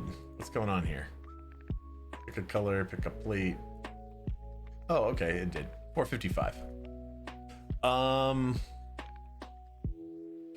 Okay, so here's my thoughts. I like it. It looks good ish. It's not really my style. I don't love 75% as a layout, but even if I did love 75% as a layout, I think it's a little bit on the pricey end, but that bottom looks gorgeous. It has both engraving in stainless, I believe, right? Yeah. So it's stainless that's polished, which is time consuming. And it's got a milled logo, plus it has the upper logo. I am not a big fan of giant logos on the top of the board. Like, it even drives me crazy about TGR boards. And their logo looks pretty good. And it's recessed in the same color, so it looks a little cleaner than that. So I am not going to get in on 7V. Almost certainly. I mean, there is that impulse buy possibility, but probably I won't get in on it. I like 7-degree typing angle. I think that's pretty good. R McKee 1615, thank you so much for that follow. I really appreciate that. Yeah, I don't know. I think that's my 2 cents, right? I don't love those things about it. Now, it has foam in between, so it's got like a gasket for isolation in between the plate and the PCB, which, I mean, some people are down for it, some people aren't. I think it's just a little too tall for me. It's a little too wide for me. It's got that extra row. Like, for what it is, it's like, why does a 65% need the F row? It probably doesn't. It doesn't need that logo. Yeah, I don't know. That's the way I feel about it. But that being said, the Satisfaction 75 is pretty big, and I liked it a lot. So I think it kind of just depends on how it turns out, whether I think it'll be worth it. Spec for spec, price versus price versus the pure aesthetic of it. I don't think it's worth it to me. Straight up. But if you like 75%, you either pretty much this year, as far as I can tell, you get that, or you get Satisfaction 75 R2. I'm probably going to get in on Satisfaction 75 R2. I almost certainly am, because I regret not getting in on round 1. So that's going to happen to me. Langalandia, go do your yard work, man. We'll talk tonight for sure. Poor Yorick, thank you so much for that follow. Really, really appreciate it, man. 520 for a board and extra PCB. Oof.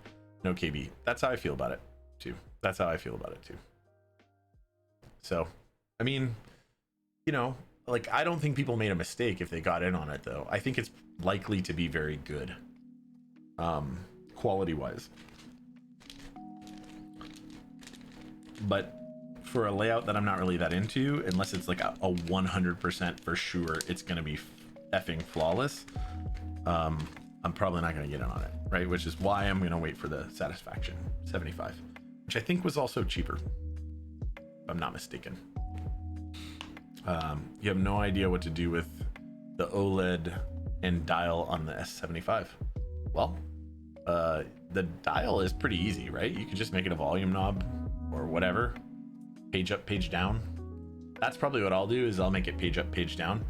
Standard, the macro column on the right side on 75s and 65s has a page up, page down. That's how most people do it. I like having a home and end, though, that are dedicated there. So as a result of that, I don't get my page up, page down. So I will probably make the rotary dial a page up, page down. Or, you know, something like that. So the OLED screen, though, I mean, whatever. Like, OLED screen, I'll just have it tell the time or something. I don't care. It's not that important to me. Yeah, SAT was $399. That's what I thought. I thought it was right around there. So we're talking sub $500 shipped. And Satisfaction 75, unequivocally, an amazing board. I've seen it. Like, I've handled them. They are fantastic boards. Also, I don't personally care about the isolation in that board. I have an isolation board here. I have KBD 8X. I have some isolation foam in there.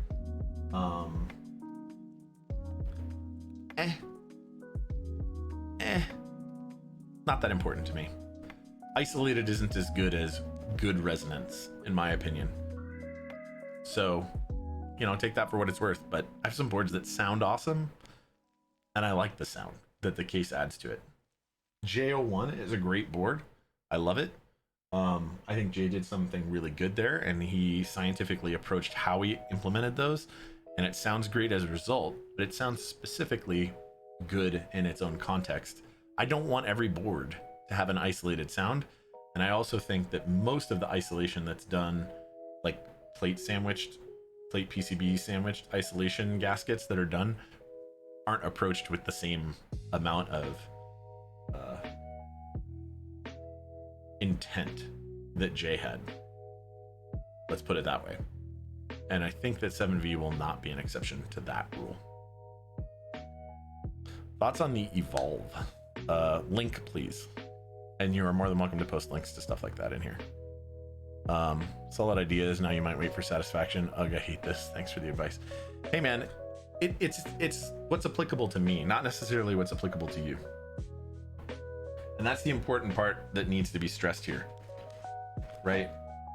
What is appropriate for me is not necessarily what's appropriate for you.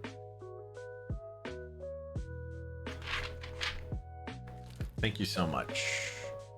I need the link to refresh my memory. Oh yeah, this is the one that had the skeletonized case. That's right. I think it's interesting. I think it's really, really interesting. I remember seeing this initially and I really liked it. I don't know why exactly. Because it has some of the same stuff going on. But I think the skeletonized case has the ability to just look aesthetically really cool.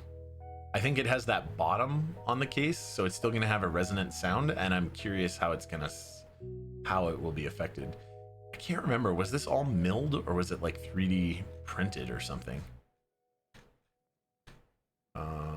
Trying to, if it's milled, it's gonna be amazing, but I have a feeling it'll be stupid expensive in either case, simply because of machine time. Like, those posts are rounded. It was 3D printed, that's right. Okay, yeah, I mean, if it ends up milled, like the way that those posts are recessed, we'll take a 3-axis milling machine, or a 5-axis milling machine. Yeah, 5. And it'll be stupid intensive in terms of time.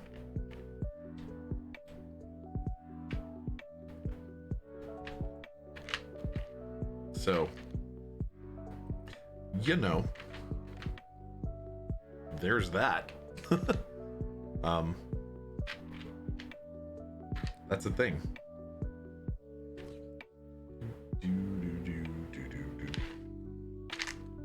Okay, so we need these out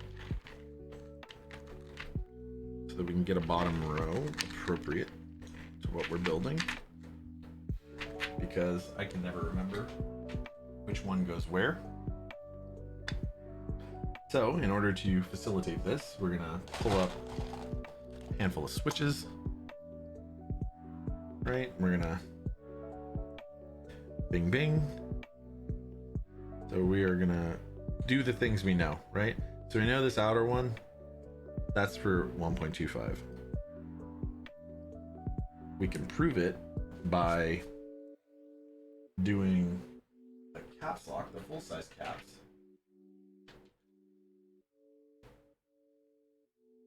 Comparing how far over the board it hangs. So we put this into full size caps, which is 1.75, right? And we verify that we've got about the same amount of overhang, right? Same amount of overhang. Those are in line with each other. Great. So this is where a 1.25U goes. Um, so the rightmost one here should be our next 1.25.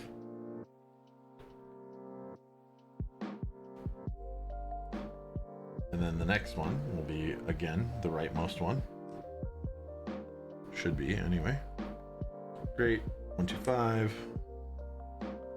125.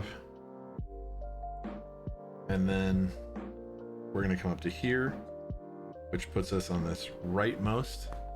Okay. That's what we needed to know, is right there. So we're actually good. I'm not even going to worry about the rest of it. I know it supports like every layout on this side. So we don't need these. I just needed to know where that went. He said it was made like the first proto. It probably wouldn't have been under 1,000. Yes, no KB, that makes sense. Like I said, it's going to be stupidly expensive. Either metal 3D printed or milled with that exact design. There are things he could do to reduce the machine time. I'll explain. Let me copy that and paste it into, because it opened in Chrome, which I don't have an output for. Okay.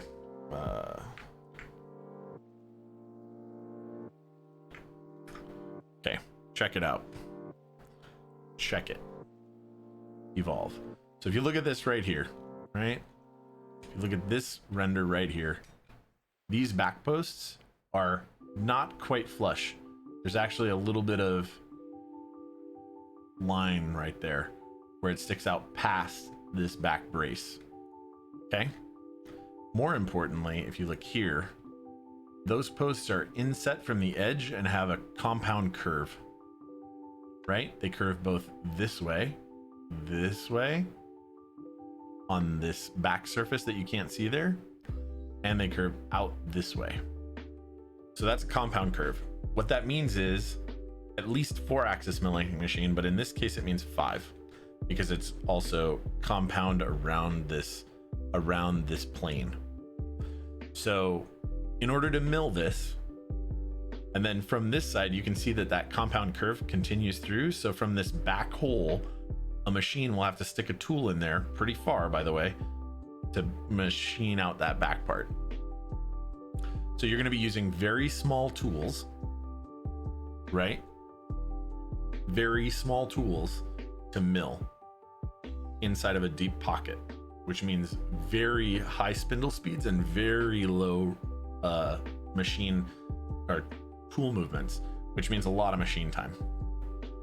I know that we're getting down into the nitty gritty, and I'm not going to get into speeds and feeds of CNC milling machines or anything like that, but suffice it to say that amount of time costs a lot of money.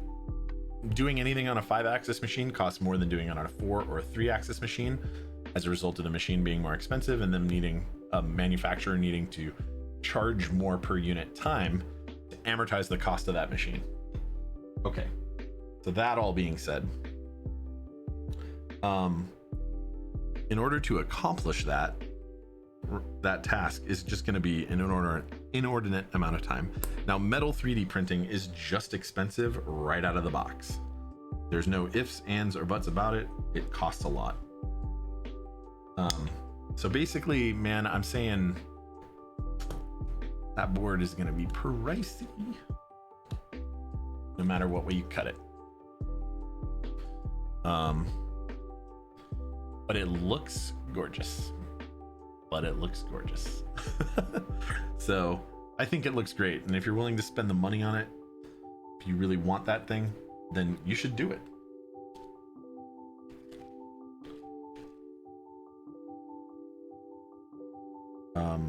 I mean, I got in on Kepler, which is unnecessarily expensive. I mean, let's be real honest here. All of these keyboards we're into, every single one of them is unnecessarily expensive for the functionality you gain out of it. This hobby is not about good pricing. It's not exactly sneakers. Not exactly. Because there is actually some added functionality to a lot of these things. So it's not exactly the same, but it's probably pretty close to that paradigm, right?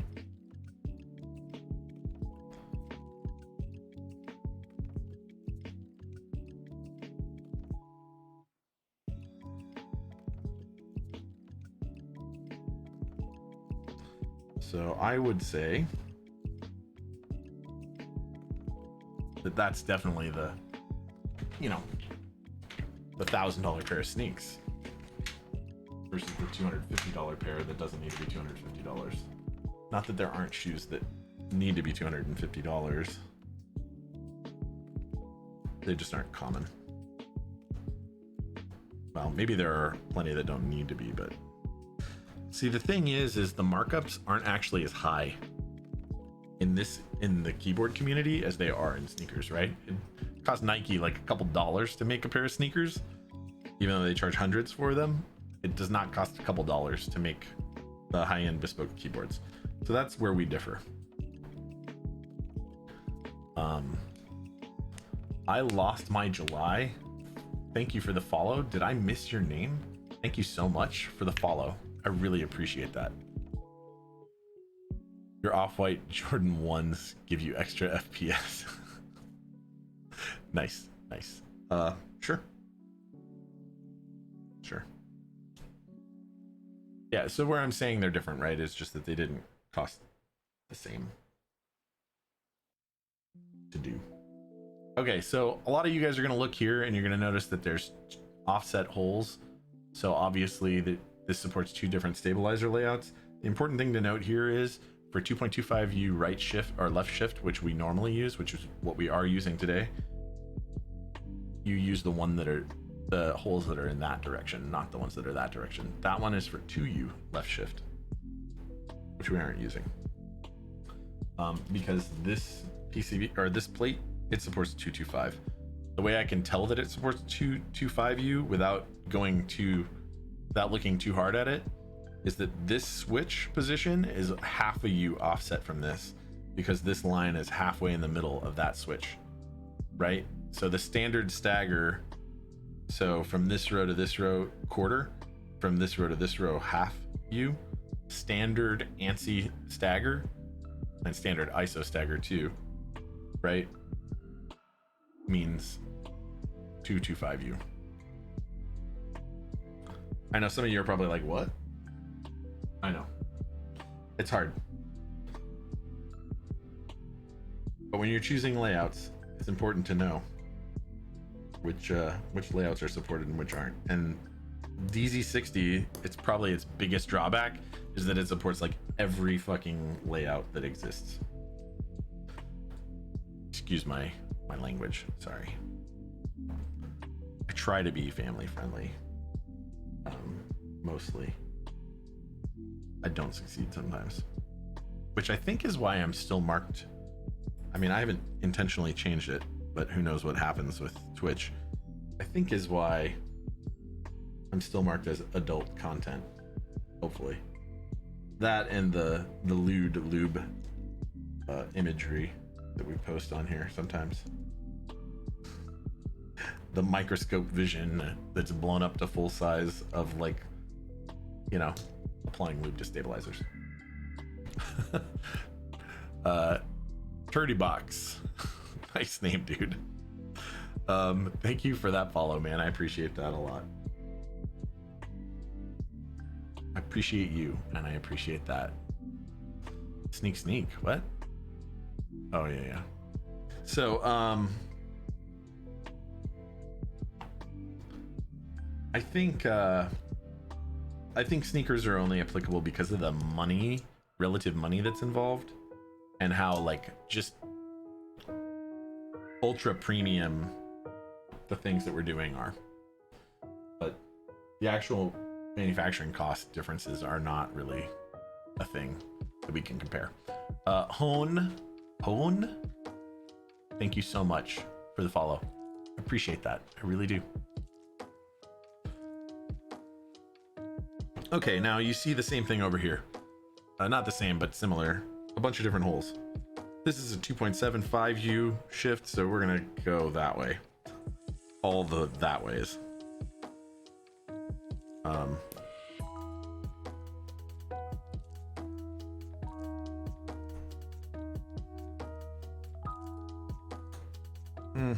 Okay, perfect. Get this one screwed in, and we're getting dangerously close to the time where we start soldering. Then we can start talking about technique. I don't remember who it is that was asking about soldering before, but I know Rob Shred responded to them with stuff to pay attention to during that phase. Well, we're getting close. Within probably 10 minutes, we will be soldering. If I can ever get this stupid stabilizer screw, there you go, lined up. I just dipped the PCB in solder bath. I mean, have you ever seen like standing wave flow soldering machine? Like, it's pretty impressive. That's kind of how it works. That's some, it's been around for a long time, but that's some hot shit tech that you'll never see on my channel. Mostly because I can't afford it. But that's a really good way to like get everything soldered on real quick.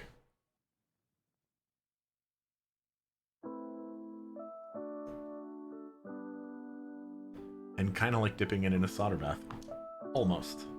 Not quite. You don't just go burp. It's more like everything goes down this way, and then a sonic wave is induced in a pool of solder that forces it to come up and adhere. It's pretty interesting. Wire the spacebar stab wire on the top.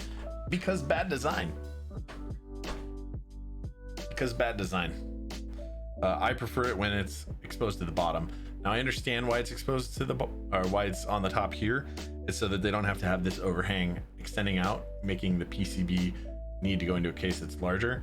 So this is a problem with 60s, but it's to minimize the footprint of the PCB.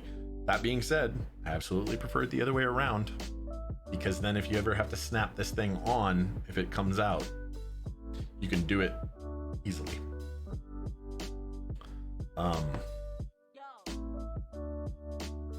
So I shouldn't say bad design. I should say because design choices. Because choices. And then we're going to be doing ISO. So what we need to do is, I think we're going to be doing ISO. There it is. Enter. Like where them holes at?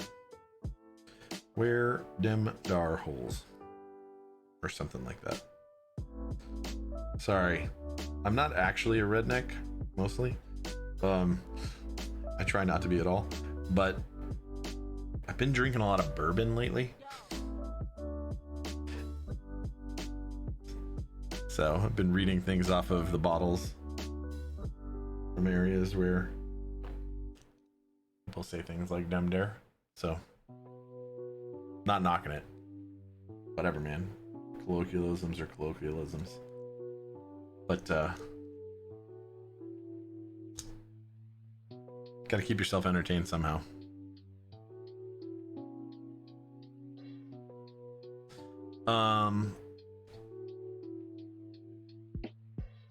Or that silver guy from the Terminator movies. Oh yeah.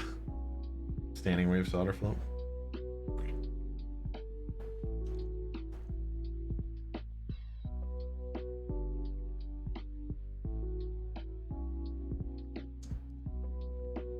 Would not be applicable for this type of build because of these LEDs. Amongst other things, actually, I think, like this button, just things in general.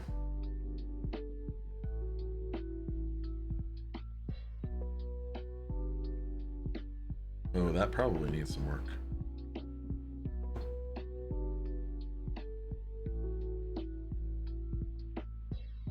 Wow. I put like literally the heaviest lubed part on the space bar. It may be fine. We'll check it out in a minute. Okay, and then our backspace, and we're done screwing in stabilizers.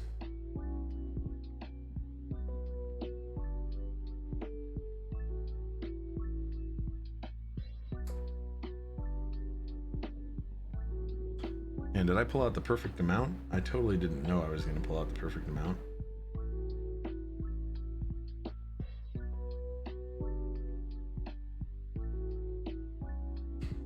Well, drinking enough bourbon will impact your speech eventually. Oof. Yeah, Southern drawl. You know what? There's nothing wrong with that Southern drawl.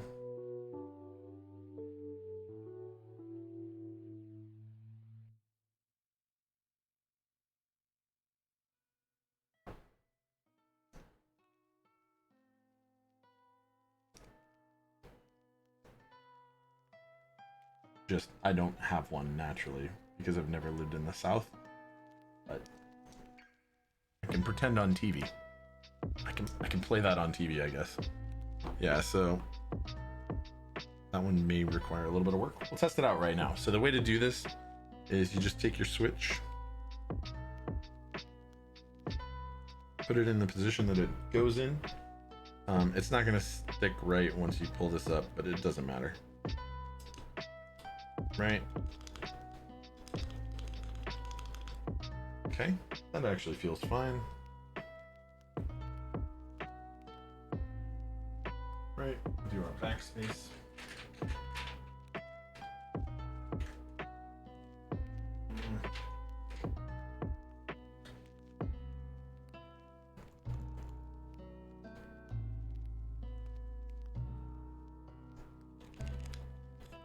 Space feels fine, actually.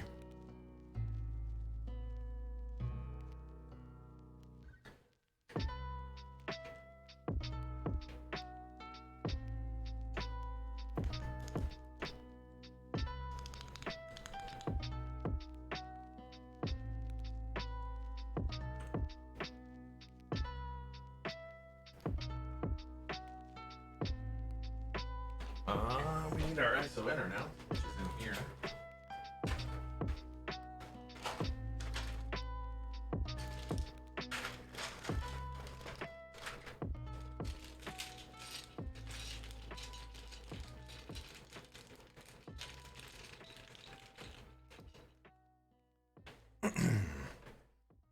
We'll get this going.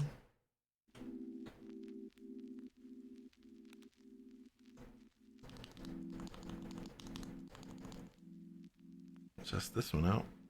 So I think backspace may need a tiny little bit of work.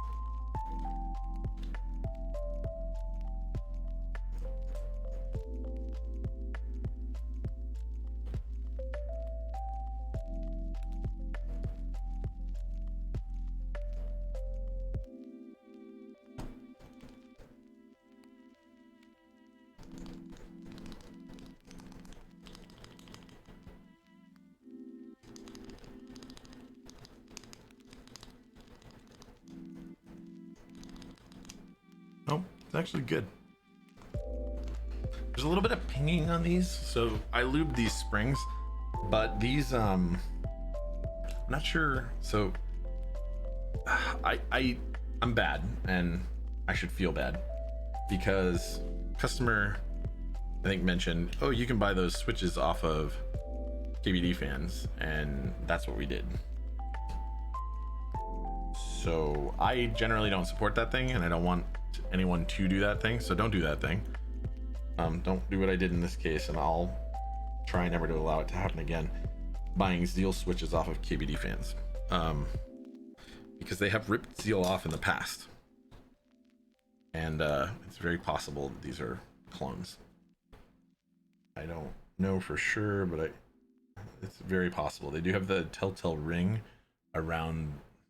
Let me show you. Yeah, I don't. Here. You know what? I have a microscope. Why don't I just show you? Yeah. Here. I got this. Right. People have talked about this ring.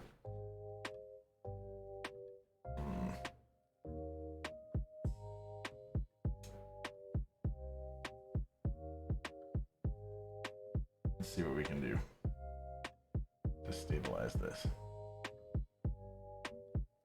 How about this? We'll talk about it. Okay. So there's this ring that people have discussed. Better if it's in the light. So both the texture and the ring around each of these PCB legs, right? Noticeable tooling mark. So that's that. Let me grab a switch I'm 100% sure is a real Zeal switch.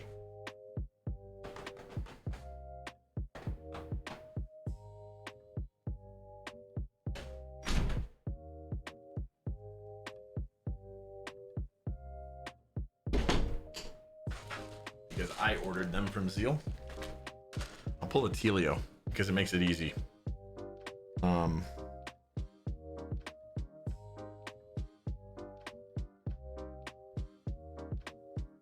Right, so if you notice, the texture looks a lot more, well, textured. And you can see that there's a ring, but in the ring, it's not all flattened out. So it's very possible that these are clones. I cannot confirm it. You can look into the details yourself if you want by going on probably Keep Talk or Geek Hack and looking into such things, but it's very possible, right? So I'm not going to dive too much more into that, but these definitely are a little pingy, even though they're well lubed, the springs. Well, it's just the biggest difference is that is realistically not anything to do with feel. The springs may be a little tighter. I don't know. It's not that they're really pingy. They're just, I can notice still, even though they're really well lubed, the springs. But you're probably not going to notice on a built board, but I can tell a little bit with my ear right up next to it with no plate or anything in the way. But I don't think that's actually the biggest thing. It has more to do with copyright infringement, and that in the past, at least, they directly ripped Henry from Zeal off because, well, he owns the rights to those. At least when you use his name by it. They could have called him Gatoron anything else, and it would have been fine, but they didn't. They called him Zeals. Now, I don't know if that's the case with these, but it's possible. In the future, I will not allow customers to do that. At least I won't order them on their behalf. I don't think it's a big deal here. We are not bad, and we should not feel bad because I didn't even think about it when we did it. But that is a thing, and it's worth noting. Anyway, the stabilizers are tuned right. They sound great. They work. The switches sound pretty good. All Zeals that use stock Zeal springs have a little bit of a sound because the springs are kind of tight. So a lot of people replace them, but that's fine. I use stock Zeal springs in a bunch of my switches too, so I'm not that worried about it. It's good. Zeal switches are great. So don't think I'm talking bad about it. I'm not, but it's worth noting. So when you're choosing your anchor switches, don't do the thing I just did and put one in the shift, because that's not an important place. The anchor, you want to target the fixed-ish positions, most fixed positions you can. You got to get your corners, but you definitely want to get outside of those fixed position switches. Right, so instead of this backspace, we're going to do this one, right? We'll do the backspace also, but this is a good anchor because it's firm in its placement, right? Like here's a decent anchor switch position. Here's a decent anchor switch position.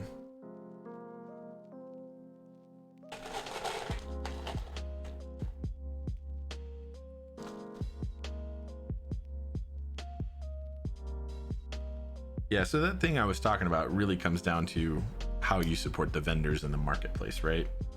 I'll put the stabilized ones in too. I just won't rely on them to be the thing.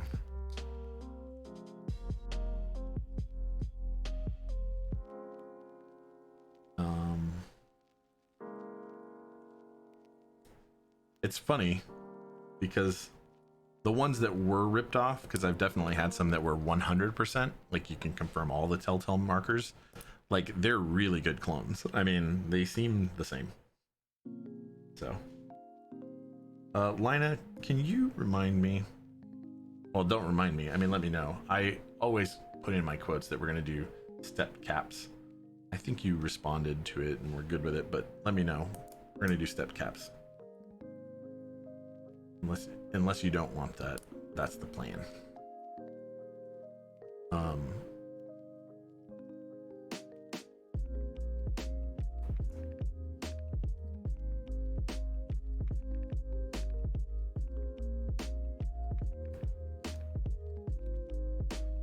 I always recommend the step caps because it looks great.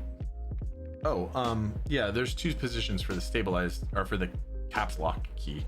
One of them looks like this, right? And the other, well, let me grab it and I'll show you directly.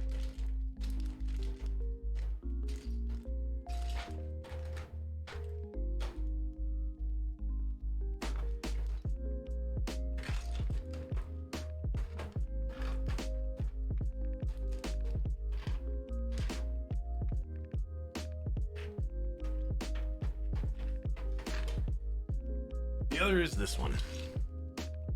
So if you look, there's like literally a little step on it. And typically this is considered the better looking caps lock key than this one, but it also has that step feel.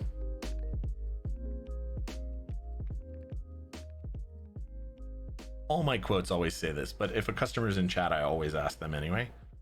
Yeah, I would do the stepped. So we'll do the stepped. Tofu acrylic. Yeah. I gotta admit, I like this setup. Like, Tofu acrylic is a great board. And if you want the RGBs, you don't have a lot of options, right? You have this, you have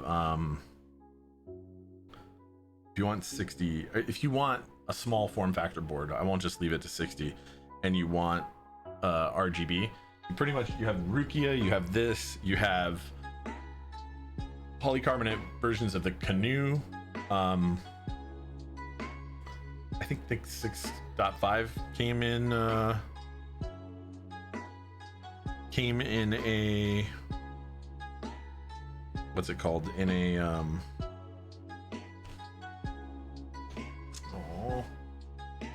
just throwing switches.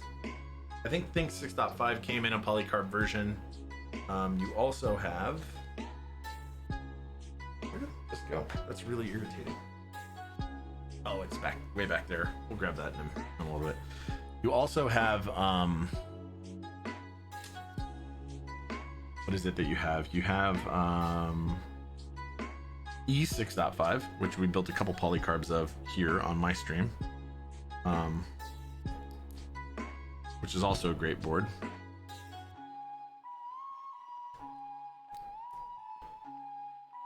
Yeah, those are kind of your options. You have Tofu acrylic 65, Tofu 65 acrylic, right?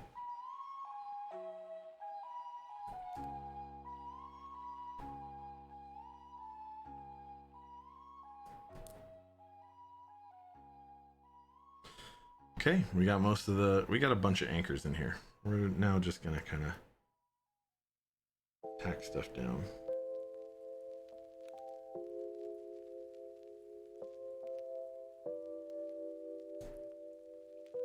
That looks centered to me.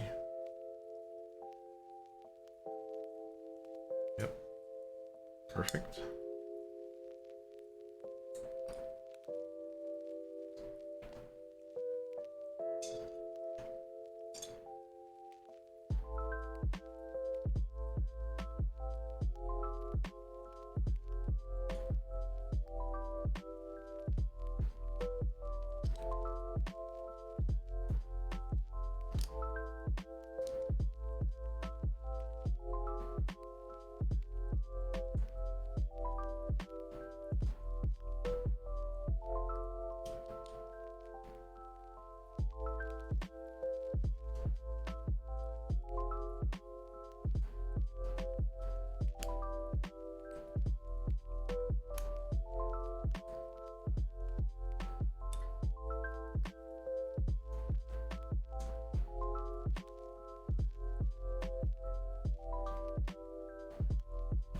Perfect. That was just to make sure we're lined up on that side. You're liking your DZ60 so far. It seems like it isn't a waste to have it in the walnut case. Yeah, so I think the DZ60 is great, and now that it's VIA compatible, forget about it. It's great. It's a great board. Okay, so what we're gonna do is we're actually gonna pop the rest of these in. We don't need to anchor them like with solder first. They're great. Everything's fitting just fine. Just gotta make sure we press everything in. We will of course solder in an anchor pattern, right? We'll do our corners first and some fixed stuff in the middle, etc.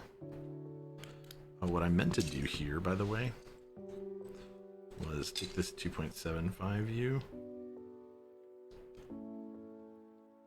and then verify.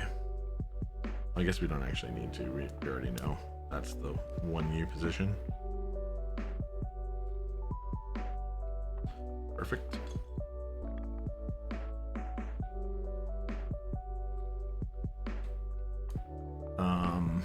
Can't wait to have a VIA compatible keyboard. Is there any way to get an older DZ60 to work with VIA? Are they not? I thought they all were. It doesn't come straight out of the box hooked up to VIA. Like if I plug this in right now and I turn on VIA, it won't work. You have to download the VIA firmware from the VIA site, flash it to the board, and then it will work. If you port every QM keyboard, sure. Porting into VIA, yeah, you're totally right, Pleasant, but not everybody's capable of doing that, right? So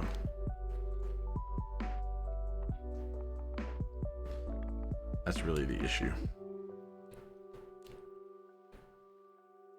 And as cool as VIA is, it doesn't easily allow you to do certain things. Like if you have rotary encoders and stuff like that, I think it's kind of a pain in the ass to set them up. I haven't done it, but I mean, if you want really complex macros and stuff, I've never seen a place in there that makes it easy. I'm sure it's doable. I just don't know how. But I do pretty simple setups on my boards. I don't have anything crazy.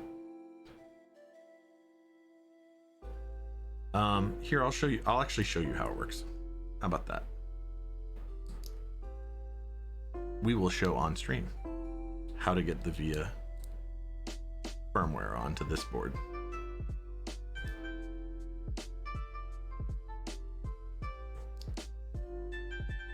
It's pretty straightforward. And I will confirm with you that it does not currently have a VIA compatible firmware on it. Okay, so here we go. This PCB, when I plug it in, will work. None of the switches will actuate, but that doesn't matter. Right, we already confirmed that the PCB itself works just fine. Okay. Boom. Right, we plug it in.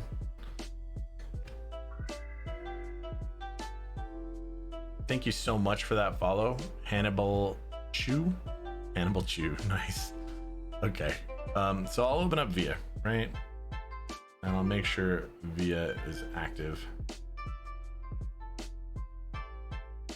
Maybe? What is that? No. Hold on. We'll fix.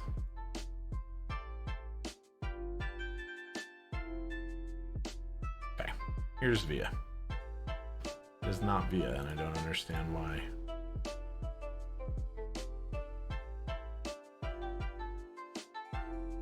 Okay, there we go. So here's VIA, right? Oh, so it is already actually compatible. Never mind. Totally is, right?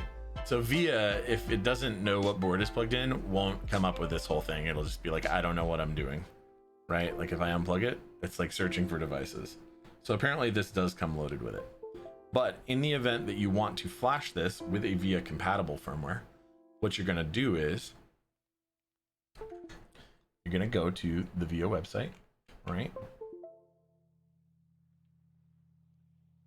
So we'll find the VIA the VIA website. Settings, find key tester, config. You have a no link file. Shit. Okay. I'll find the VIA compatible website, I guess. Okay. Pull up Opera. VIA configurator keyboard. Right. Is this it? Must be it. Yep, so that's it. Simple, friendly, download VIA, check compatibility. So you download VIA, right? Go here, download VIA. Then you go here. You check to see if your board works, right? DZ60 RGB. So here you go. You got DZ60, DZ60 RGB, ANSI V1, ANSI V2, RGB V1, RGB V2, RGB when keyless V1, V2. There's a bunch of different DZ60s, right? I don't recall the one that you want. I think Pleasant Chaos actually remembers which one you need specifically, but I think it might actually just be this one called DZ60. You may have to try multiple. The thing is, if you flash the wrong one on there, your keyboard just won't work. You'll do it again because you're not going to overwrite the bootloader. So what you do is you go to download firmware, right? You find the one that you want. DZ Tech. I think probably what you're looking for is this one. Yeah, I think it's just this one. Yeah, so DZ60 via hex, right? You download that. Then you open up QMK configure or QMK toolbox, right? Which is, oh, I already had it open. Okay. You open up QMK toolbox. You click open here. You find that hex file. Great, right? You don't need to change any of this stuff or any of these. So you open that file, and what you do is you take your board, you plug it in, and you push this reset button right here, boop, and it'll come up. You'll get a yellow line inside of QMK toolbox that'll say like DFU device configured or whatever. Click flash. It'll go through a bunch of lines, and at the bottom you should get a successful flash or percentage. Then you're done.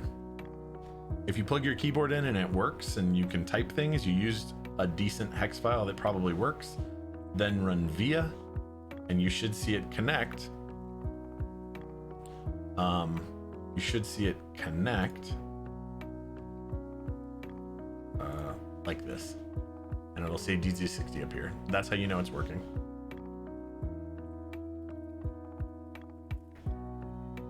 Then you can configure everything live. This board has a DZ60 in it, so that's how that one worked. And I did have to flash it to get it to work. Yeah, so it's usually a driver thing that causes that, and once you've got that thing sorted and that computer has those drivers, it didn't lose them. So you should actually be pretty good at this point. I can't guarantee it, but there are ways to get those drivers. Like to try and install QMK itself will get you all the drivers you need. Okay, so now, no problem, Sniper Bob. Ping us back if you need some help. I'm sure there's not just me, but some other people in chat who would be absolutely willing to help you out. Get it done because it's awesome. It's awesome to be able to reconfigure your board in real time. Okay, so boom, here we go. Right, we've got all of our four corners anchored in super well. Right, we're gonna solder just those four in.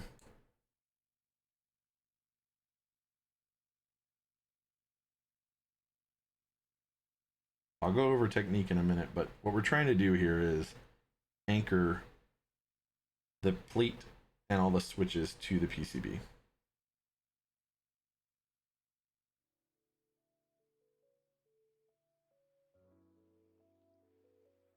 Right, so we made sure those four switches are pushed down all the way. I'll go over technique, like I said, in a minute. So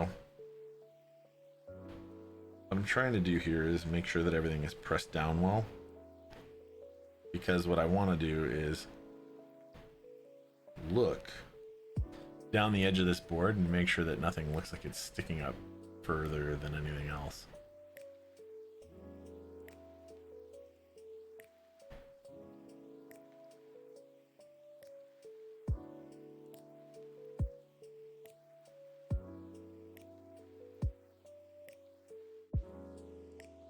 Now it's hard to show this on camera, but we're literally just looking down these lines at the top of the switches to make sure nothing looks like it's popping up.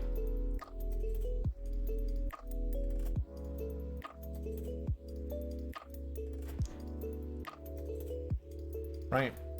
So basically you're just looking down those lines to make sure nothing looks out of place. Camera has a hard time focusing down the whole line like your eye does. Yeah, Via is great. Via works really well, it looks really good, and it just makes life easy. Okay, so now we've got our 4 corners in.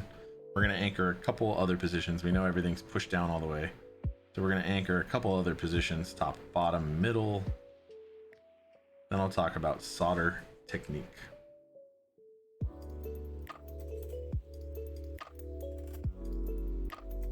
And what you want to go for here.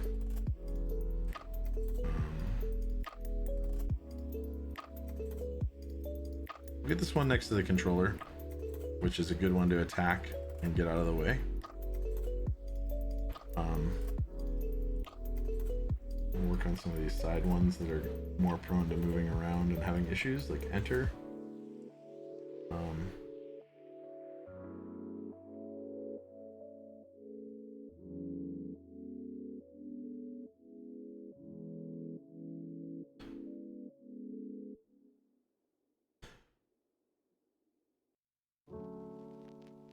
Do our caps lock because that's in the position we want it.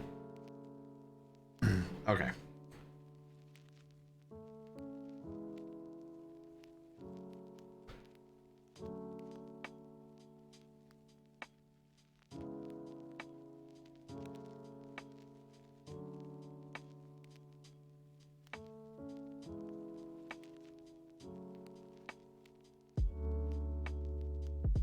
Okay, cool. We got plenty of anchors in now.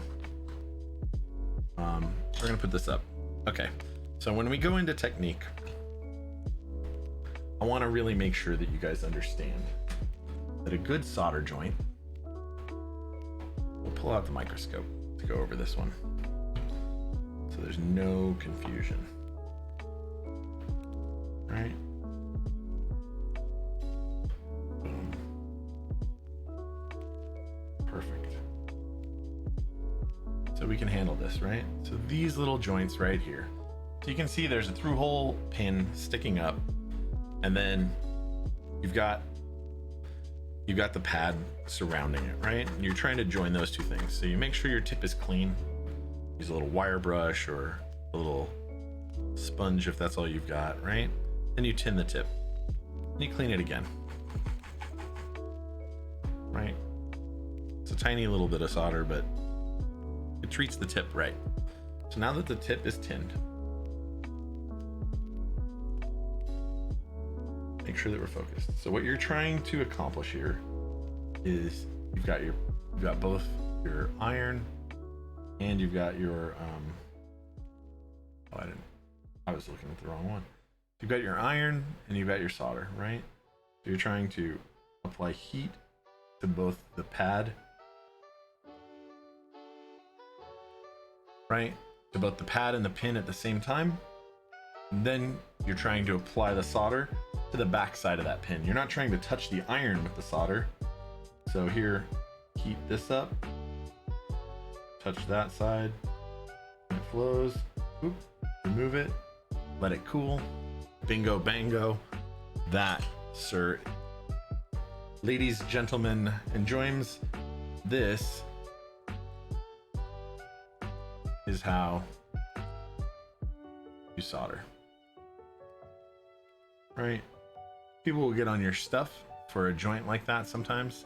They're like, oh, it's bold, there's a blob or whatever. It's kind of hard to tell from this angle, but it isn't actually a giant blob. It's just camera difficulties, but it isn't convex like the one on the right is, right? So what you're aiming for is that shape like the one on the right, where it's totally convex. That one is actually pretty smooth and a little convex, you can see right there. Or concave is what I meant to say, not convex. I want it to be concave. So you want it to be like a teepee, not like a blob. What's the drawback of hitting the intersection of the iron and the switch pin / pad? So if you hit the tip of the iron is definitely hot enough to melt the solder, right? So I'll show you kind of what I mean. I'll touch the back of the pin at the same time as I touch, and I'll do it on the thicker side so it'll be even easier to tell. Okay, so this is what we want to do. So if I touch, man, this is actually a lot more difficult than it looks. So so if I touch the pin and the pad at the same time and then I touch here, instantaneously it won't heat up enough to melt the solder, right? You notice it took a second to melt the solder before it flowed. So the reason for that is because it didn't actually heat the pad and the pin up as fast as the tip heated up. Now let me show you what it looks like if I touch the other one, which has less thermal mass because it's a thinner pin, and I touch the intersection of all three. Right, it instantly flows. Now, it's possible to have a cold joint that way. Now, I'm 100% sure we don't have a cold joint right there because I then held the iron on there long enough to heat the pin and the pad up enough to be at soldering temp while the solder was flowing, so it's good. But if you're going fast, it's easy to get cold joints that way. Can you show this maybe? Let me see that. Finger. Oh, yeah, absolutely. Absolutely. So here we go. Right? So basically, this is what you want. You don't want it to look like that. That's a completely cold joint. You don't want it to look like that, where you didn't put enough solder on. This would be if you heated up only one side of it and floated in there real quick and then dropped it. This would be if you added way too much solder and bridged a couple joints.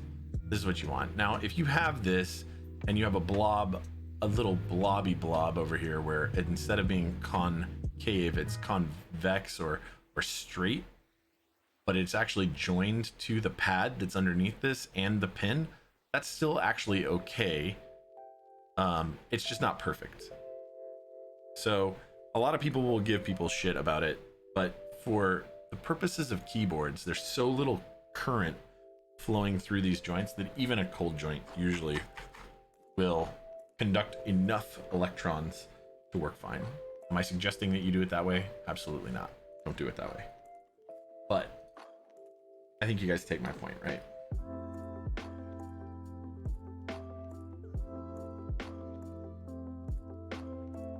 Why is that not heating up? Probably because I'm not applying good pressure and angle. There we go. So this is quite a powerful soldering iron. So it does actually flow these things pretty well, pretty quickly.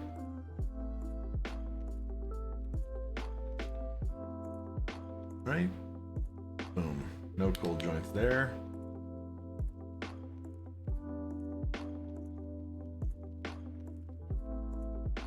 So like I said, it's actually okay if you touch it. I'm gonna reflow that. Right. It's just you need to make sure that it's flowing correctly. Right. And so there you go. That's good joints.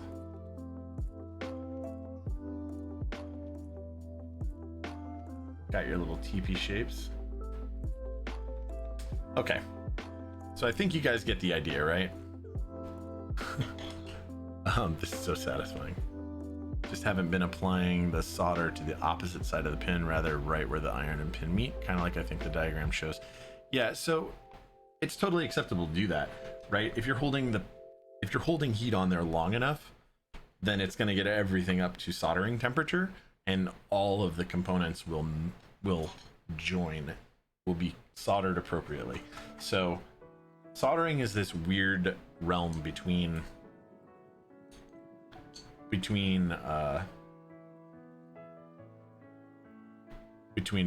welding, which soldering is definitely not, and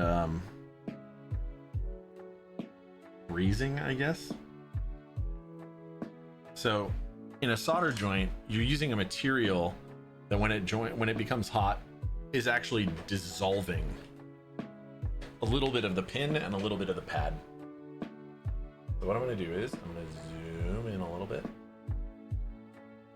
so we can work like this.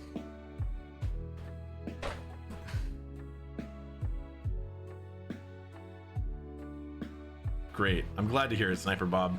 I really, really am. That's exactly what I wanted to hear.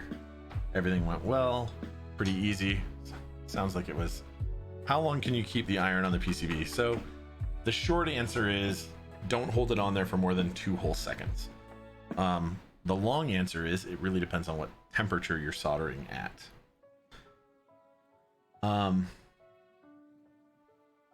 You want to be soldering at the highest temperature that you can maintain a good pace where you flow the joint and don't burn up the PCB. But the truth is, it's a function of both time. It's a function of how much heat you've added to the board and what its absolute temperature gets to.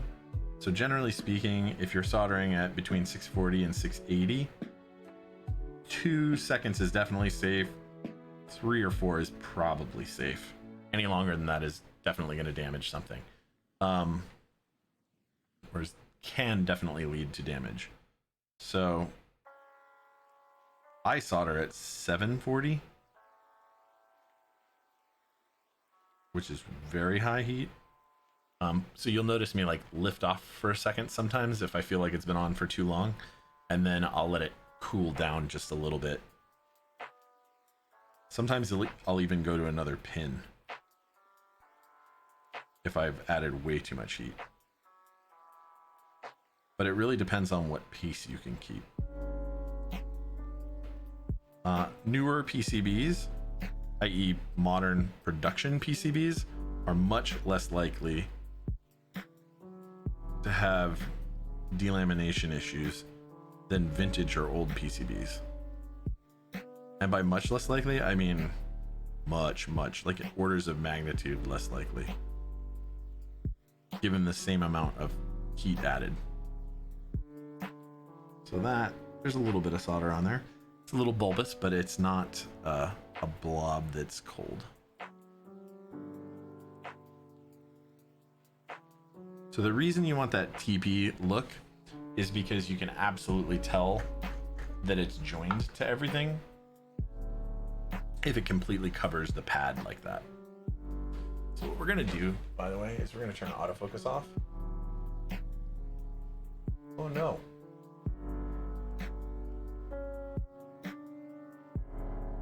Oh. Huh. Stop hitting playback. Start hitting the autofocus off button. Sorry about all that. Because I don't want it to autofocus on my hands. Still don't know which soldering iron to get. I mean, how much soldering are you doing, man?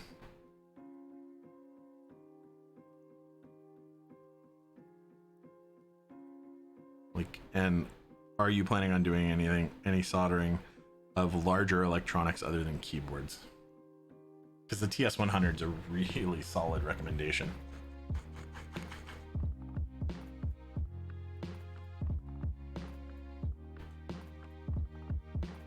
Yep. Declutch 04, definitely get it on there, man. And it's really easy. Hakko 888D is kind of the gold standard for soldering irons, but depends on how much you... So I actually would not recommend the 888. I agree that it is a standard, a benchmark, but it's not one that I would recommend in the modern era. It's been around for a really long time. Tips are very available. It's not likely to go anywhere anytime soon. But if you're not soldering a lot, i.e. the ergonomics are not a massively important deal to you because you're not doing this often enough to like get repetitive stress injury or get annoyed by the lesser ergonomics, I would recommend a TS100, not a TS80.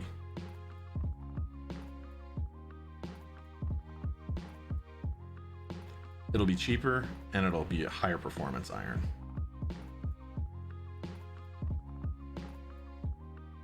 Yeah, so actually the TS100 is superior to the 888 in every way except for comfort.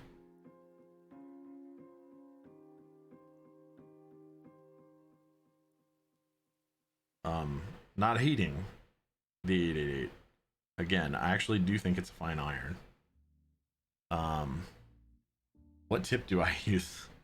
I use a lot of tips. I don't know which one this one is, and I can't easily look. Hold on, I can look. Let me look. It's 1131-0001-P1. So it's the small conical.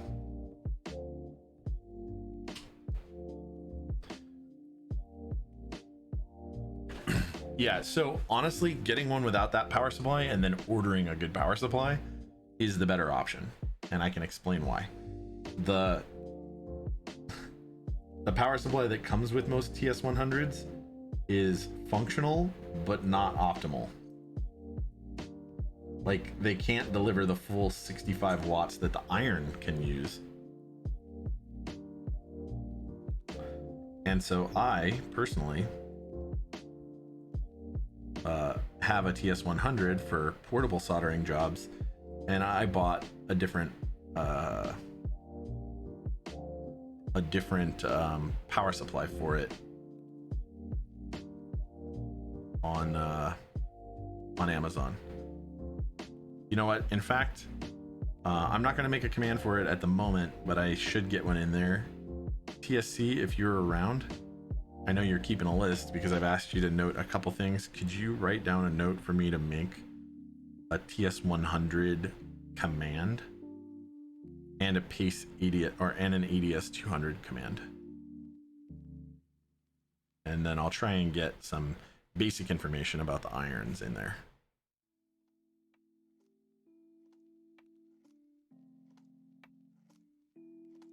But the reason I recommend the TS100, not the TS80, is because the TS80 is USB-C powered, which sounds really great, but you can't get as much power out of it.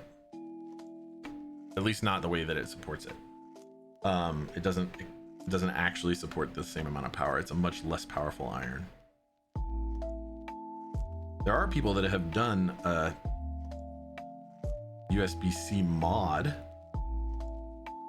to their TS100s and have used power delivery stuff to actually deliver power to it. So it is possible, but not with the TS80. Thank you so much, TSC. I appreciate that. In case anybody doesn't know,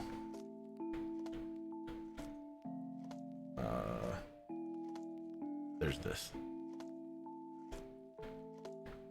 Boom. Great mod. Yeah, so the reason that the 888, so I want to go over that, right? Because I want to make sure you guys understand why I say that I don't recommend the 888. So while the 888 is a fully functional iron, irons like this iron, irons like the TS80, the TS100, JBC, basically every modern JBC that's made, and actually there are some Hacko models that have this, just not the 888, which is an older style. Use tips like this. Oh, I turned autofocus off. Use tips like this. So this tip has the heating element right there and has the thermocouple in there embedded in this piece of metal.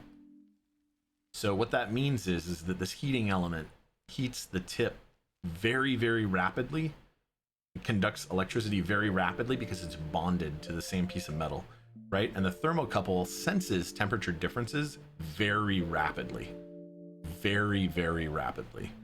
So it is able to maintain a very stable tip temperature, and it's able to deliver heat, deliver energy to change the heat very rapidly, which just means that you get to the temperature you set, you maintain that temperature, and you transmit that temperature, that heat energy very well. So with an iron like the one that you're talking about, like the 888, there's a tip that goes over a ceramic heating element. So the thermocouple and the heating element are bonded but aren't directly fused to the tip. So the thermal transfer is much less efficient, like between 40 and 50% less efficient. So it's not able to detect the temperature or deliver energy as well. And what that means is that when you start touching a pad, you might see like a 30-degree swing in temperature, 30°C swing in temperature. So a lot of people will run at hotter temperatures, which shocks the board at a hotter temperature and then cools down rapidly, which is less optimal. Is it bad? I mean, we've been soldering like that for a really long time. Even on my stream, we soldered like that for a very long time. I used an Xtronic 3020 as my daily for a really long time. And the Xtronic 3020 served me really well. And I like it, and I don't hate on it. And if you're looking for an iron that you're gonna use a lot in terms of you need the ergonomics to be good, and you wanna stay in that like $60 or under dollar range, that's my recommendation. If you're going to use it a lot and you want to stay under the $100, $120 range, then my recommendation is maybe the 888. If you're going to use it a lot and you want to stay under the like $2,000 mark, but are willing to spend as much as about $250, then my recommendation is this Pace ADS 200. If you're going to use it not very much, but you want it to perform really well, then I recommend the TS 100 all around. And you can stay under $100. Easy.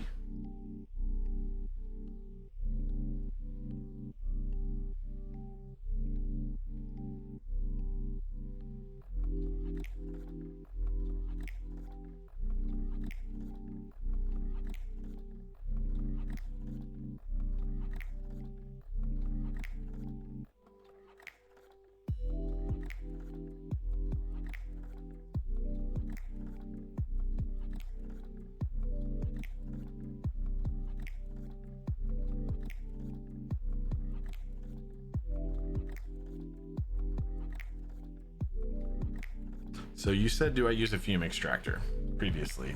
Pleasant. Sorry I didn't talk about that. By the way, Pleasant, ping me on Discord and I will get you links to the power supply I used on Amazon, and that will, I think, suffice for what you want to do. Though you can order one with a power supply. That's actually not a bad idea. You'll have a backup. It'll be a little bit less powerful, but it'll totally service, and it'll help you build the other power supply into what you need it to be. Unfortunately, so I don't use a fume extractor. I use a little tiny cheap USB fan to blow the solder away. We're not soldering much volume in here, so I'm not worried about the flux fumes hanging around and exposing me. I should do a fume extractor because I do this often enough, and I am definitely planning on making one, not buying one, because I don't want to spend $700.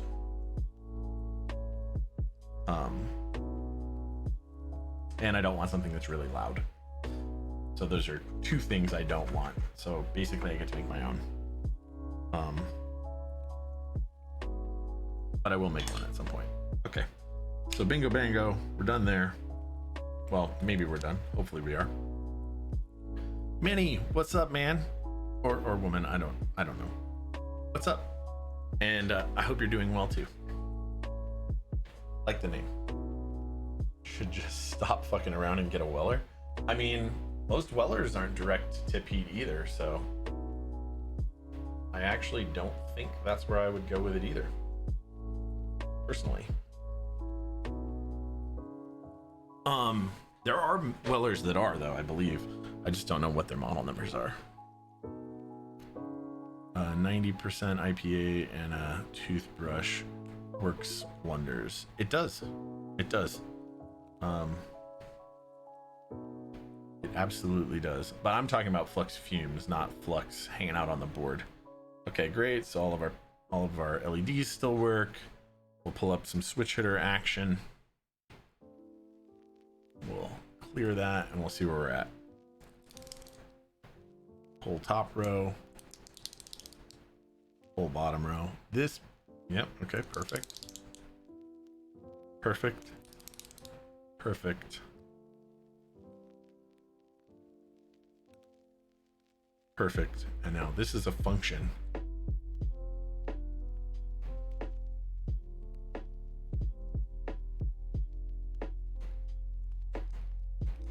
Okay, so we know our function layer is working. We also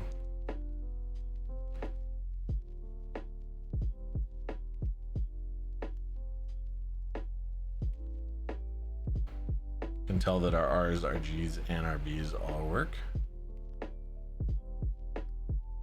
Perfect.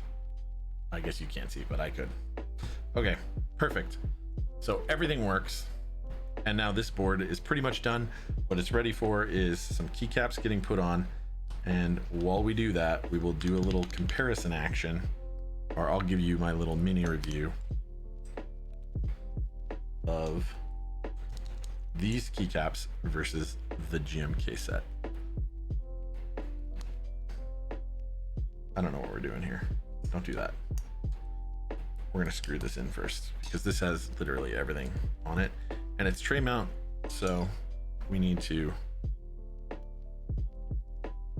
come up. There you go. Okay. The standard and performance tips on the EDS or on the on which iron?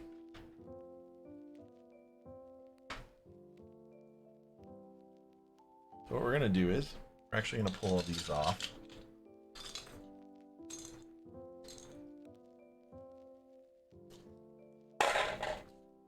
Get rid of these on the ADS 200. So, I mean, the performance tips just have a bigger, more powerful heating element, right? They use the full 115 or 120-ish watts of the iron.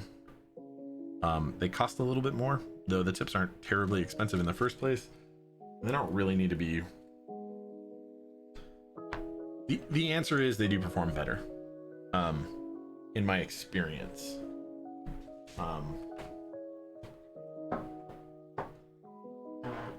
But I have some non-performance ones too, like this one. So this is a non-performance one. You can tell because it's mostly cylindrical right here. And then I have some performance ones, which all of the rest of mine are performance, because this one came for free with it. And they have like a little bit more bulbous of an end. They seem to, they both seem to work for keyboards. For keyboards, I'm not seeing a huge difference. But if you're trying to solder down onto a ground plane, like a big ground plane or some big heat sink, it's gonna make a difference for sure. They make them for a real reason.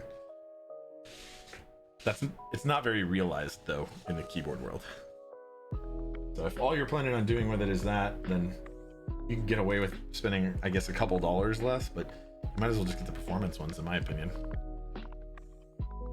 Like, it's not like you're gonna be replacing your tips all the time, unless your iron is on like all day every day. So in my opinion, don't do it.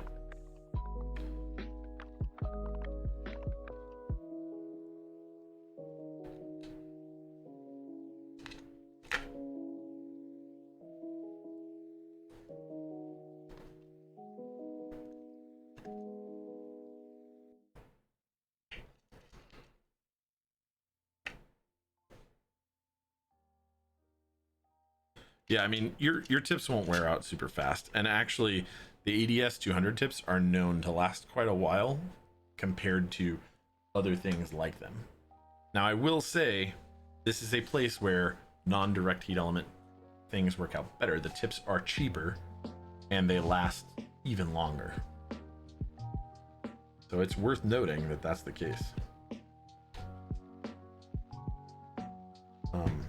Is it gonna be a problem for anyone doing keyboard stuff?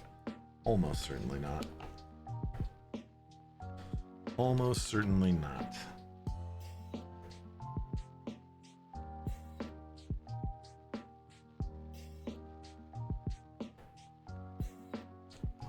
Oh man, I love you guys. Oh, KBD fans, you made me so happy. These screws are ferromagnetic. The last couple of these I built, I'm almost certain they didn't have ferromagnetic screws. Did you guys listen? Did you listen to me? Did you listen to your customer base? Is that how you came to this? Because if you did, clap. If it was random happenstance, and you don't plan on repeating it, it just is what you had on hand. Shame. But I'm gonna be optimistic here. I'm gonna go with the heard somebody's gripe and decided to change it until proven otherwise. So where did this other one? Oh, the center. Derp. Because I will say this is a pain in the ass using tweezers to do this before.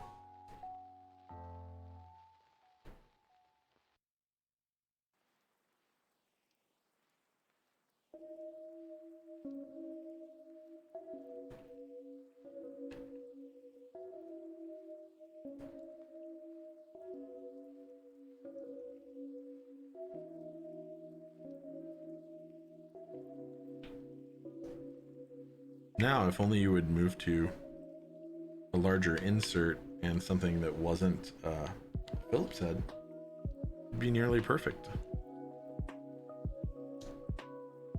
Okay, great. So now we're gonna get our caps back on, and we'll do a little comparison.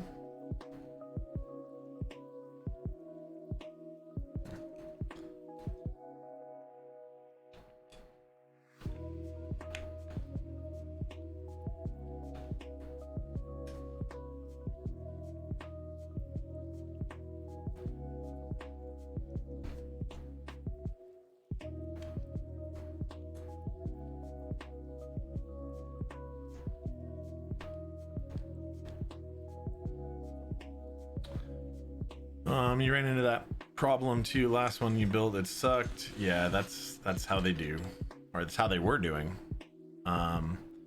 If you did, please send an email or leave comment. Yes, please do. I would love to hear more from KBD fans about why they make decisions and get feedback in here, not just for my channel, but honestly for all of you and myself. I want to know what decisions they're making, why they're making them.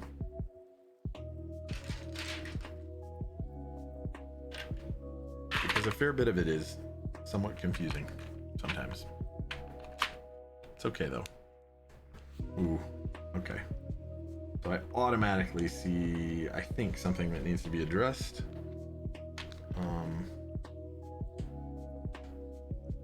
Yeah, it does.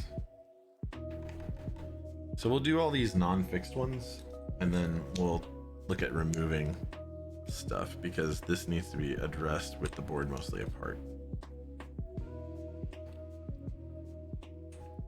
Right, so here I'll look at this.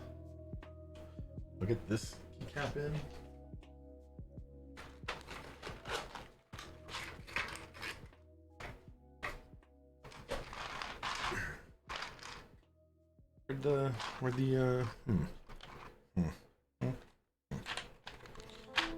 So the thing that needs to be addressed is our caps is not lined up.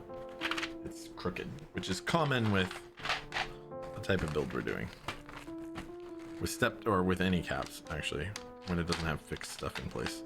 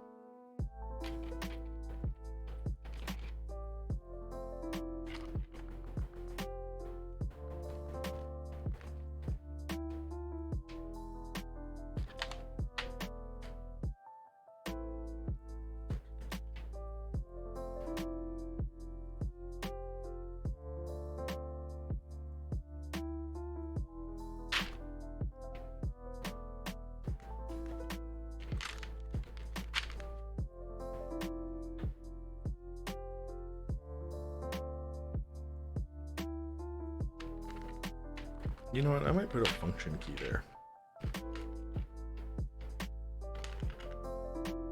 Or maybe this key? Yeah, I'll put this key here. I don't think it matters that much at this point because the customer can map it to whatever they want. Okay. So I want to look at these, right? And make sure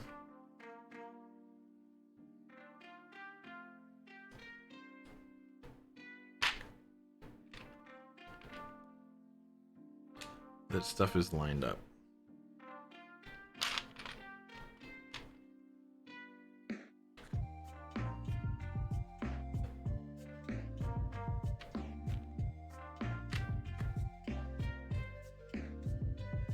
This is how we'll tell if stuff is off.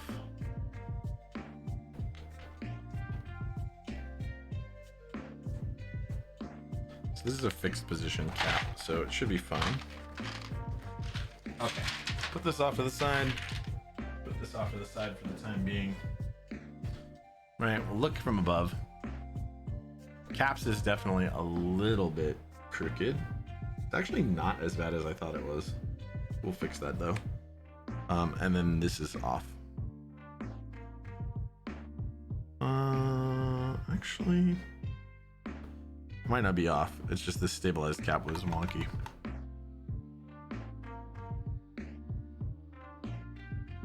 It may be a tiny fraction. I don't know if we're gonna get it closer though. It's pretty good. The bottom row stuff looks pretty straight. Okay, so we need to adjust caps for sure. Maybe we need to adjust here. Hard to tell. Definitely caps. So what we're gonna do is, right, we're gonna get our switch puller out. We're gonna get access to the locations where there are screws.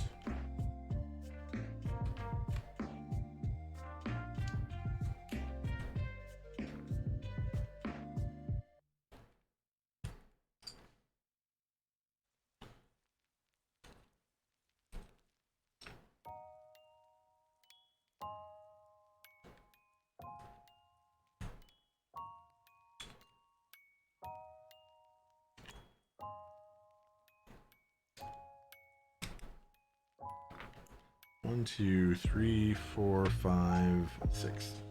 Cool. So we have all of those accessible. So what we're gonna do is we're gonna unscrew those again. Go back. KBD fan. Oh yeah.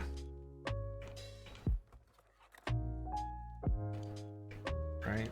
So this is a common problem, by the way. This exact problem that we ran into, super common.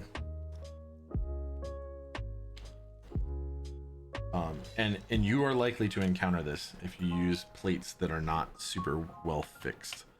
Like this one isn't. And even more likely if the PCB also isn't fixed location.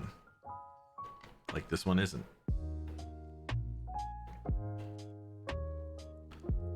So this board is kind of known to be a little Swiss cheesy, like where there's a lot of holes in the PCB for the PCB legs on the switches, which allows the switches to cant sideways.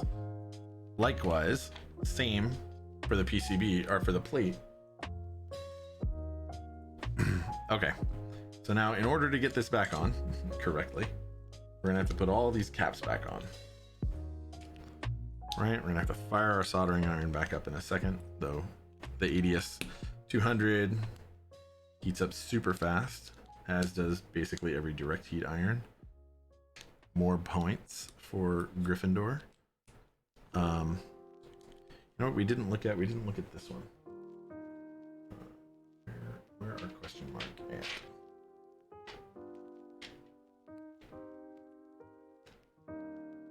That's an important one too, that can be crooked on this, but it isn't.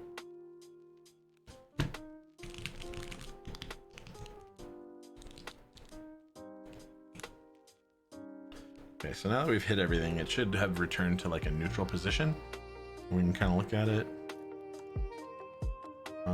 Caps lock, definitely. I don't know, man. Everything else looks pretty perfect. Even that, I'm thinking, looks pretty damn good.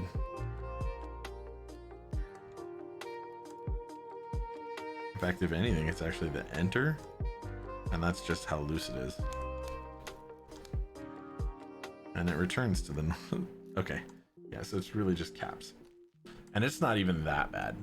So let's see if you guys can see it. If it's crooked, right? So it's canted just a little bit this direction. So what we're gonna do is we're gonna push this direction on the keycap. So we're probably from the other side, we're gonna apply pressure like this while we heat up the two pads that are under it, right? So these are the two pads that are associated with it. Fire up the iron. Some screws are now stuck between PCB and plate, meaning it's okay. So there's a solution to that problem, and I'll show you in just a second. Maybe not to them being stuck. You probably have to take it apart.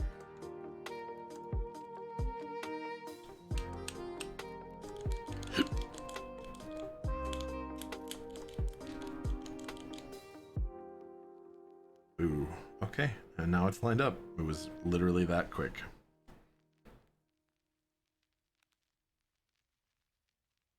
Okay, perfect. We're done with that. So I'll show you the tip. Are you sure is the screwdriver tip ferrous? i.e. if you stick a magnet to it, does it work? That's a question. If it does, there's a device that magnetizes the tip or demagnetizes, and it looks like this. This one's Delcast, but these are pretty common. You just look up screwdriver tip magnetizer. You'll find these on Amazon. So this is really, really easy. Another thing you can do is if you have a magnet, like a strong permanent magnet, you can take a magnet and you can do this. Boop. Oh, it sticks. And without twisting it all around, so just on one side, you can do this. What this does is creates a shifting magnetic field, right? So it creates flux inside of this thing, and it aligns all the particles in one direction, which makes it magnetic, right?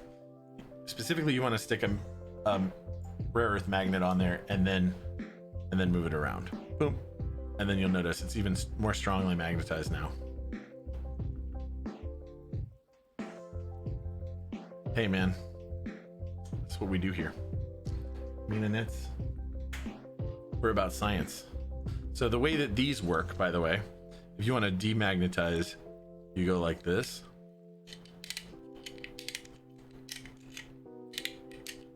Right? And so the way that the magnets in this side are polarized in this orientation is gonna pretty randomize this whole thing. But the way they're oriented on this, if you just do this, will absolutely magnetize the tip.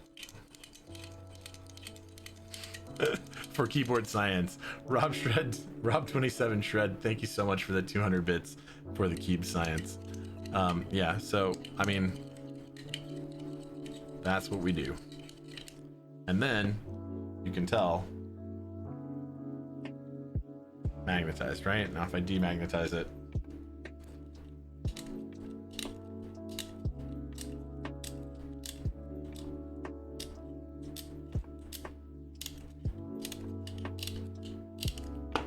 it won't be that strong now, right? It literally isn't picking it up now. And then if I just to prove that this works, right? Boop.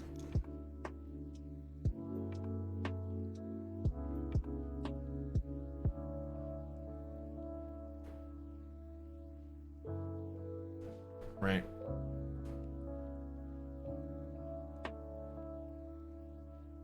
Come on. Okay. It doesn't work as well, but it does definitely work.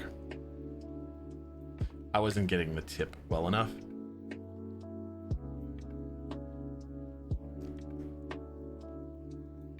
I was getting like, I'm not even gonna go into detail on that. It's not that adult of a channel.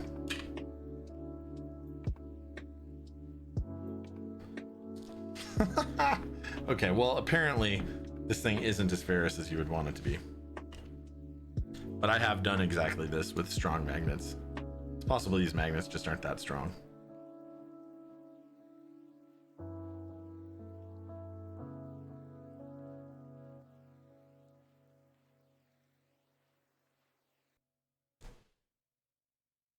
There it goes.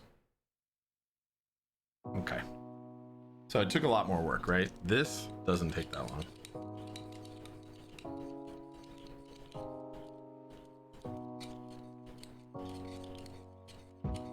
This works really fast.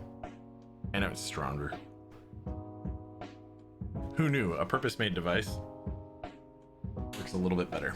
But you can get away with just regular magnets. So anyway, that's how we do. Getting our science on. Okay.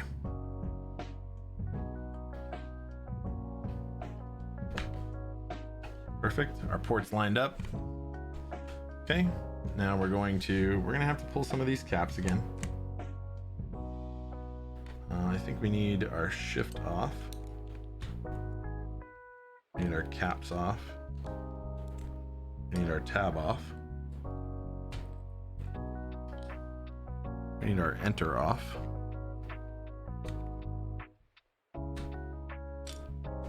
And we need our shift off. And then we need our alt, I think.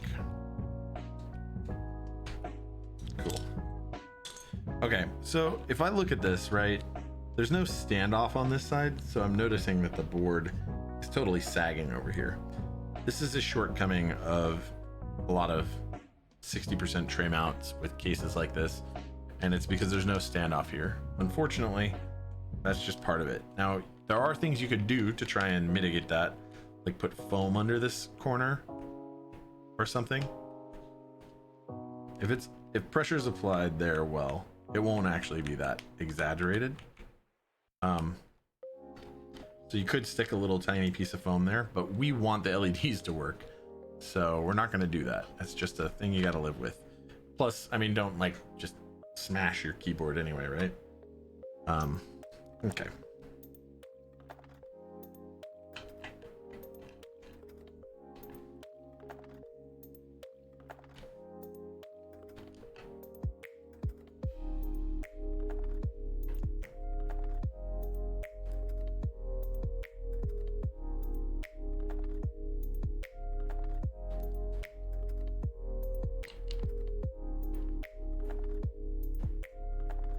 Got to be sure not to over tighten these screws.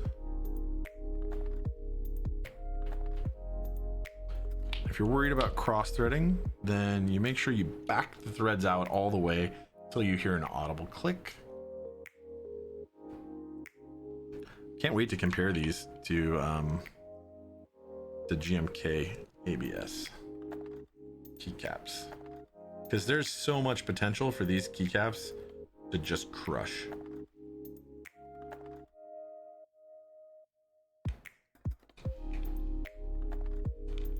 So I think where you're gonna win with the GMKs is you're gonna get a little bit more compatibility out of the box.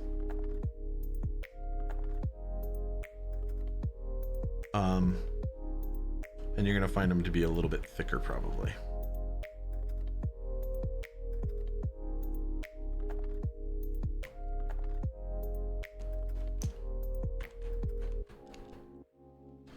Okay, perfect.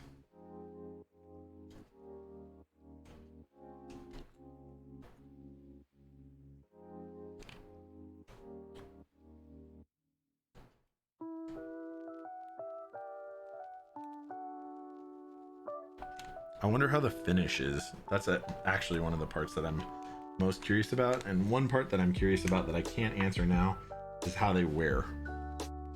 Like if the finish on them wears faster or slower. And we won't be able to answer that question on this. Yeah, me too, man. Me too. I'm hyped to actually compare them side by side. Okay. So here we go. Get all this stuff on.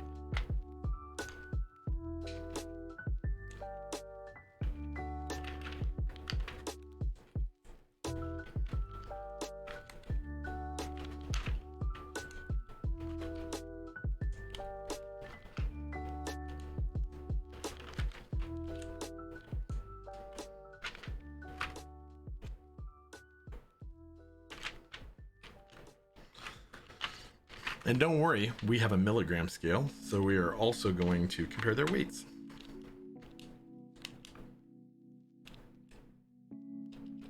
Come on. We won't do every row, but we will absolutely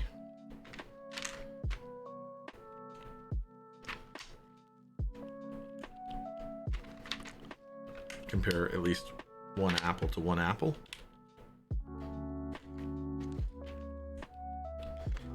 It's not as scientific as it could be because really what you kind of want to know is what every row compares like.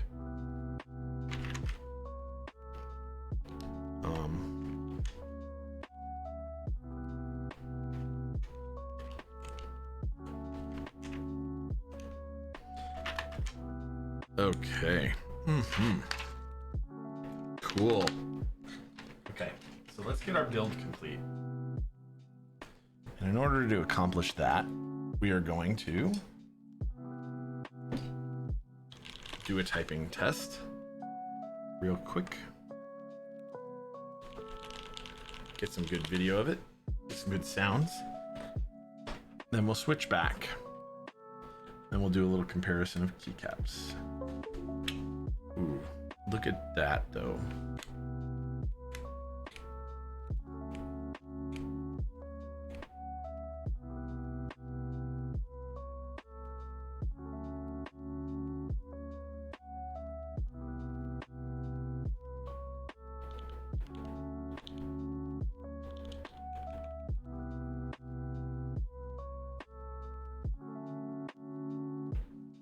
Okay. Ooh, it's slowly shifting. If you guys can see that. Slowly rotating colors. All right. Boom.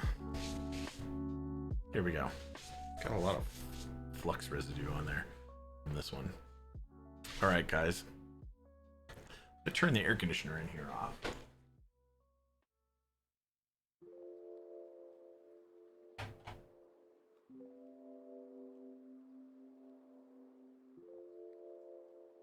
You guys ready for this? You guys ready?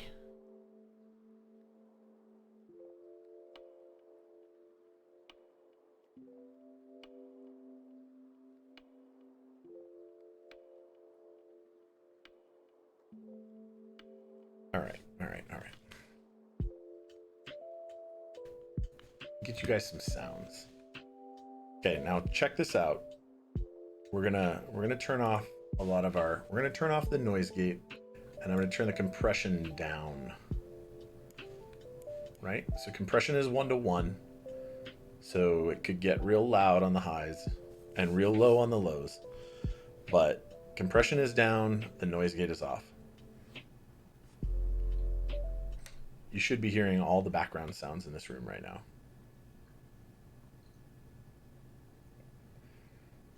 Yeah. Yeah. Check the W and E. Thank you so much. Thank you so much. Appreciate that. These are EPBT. So right now, we've got our EPBT, right? So we're going to do a comparison a little bit between a number of things going on here. But I will, in fact, pull up switch hitter and I will switch the E and the W. I didn't even see it. They must have got mixed up in the tray. And I just put them on backward. Okay. UIOP, correct. Correct. Yep.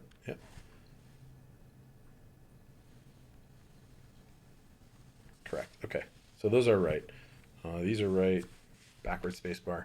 Whole deal. Okay. All right. So here you go. Right. Here's just sounds.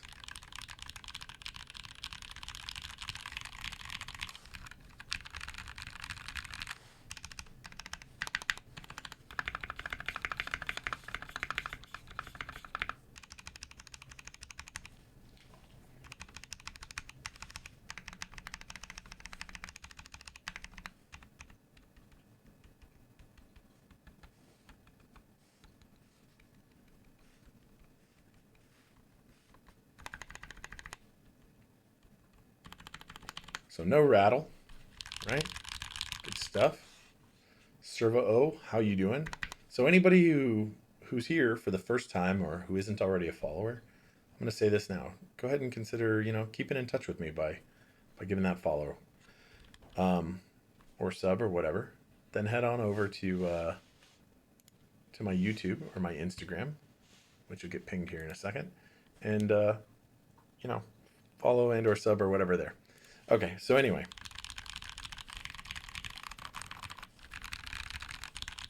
I actually think it sounds pretty good.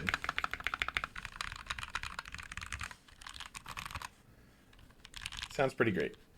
Right off the top, the texture feels good. It feels a little more gritty, like DCS, but I'm liking it, and the sound is good.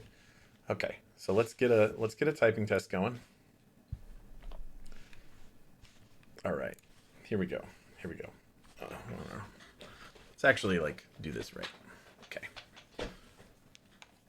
All right, you guys ready? Whew.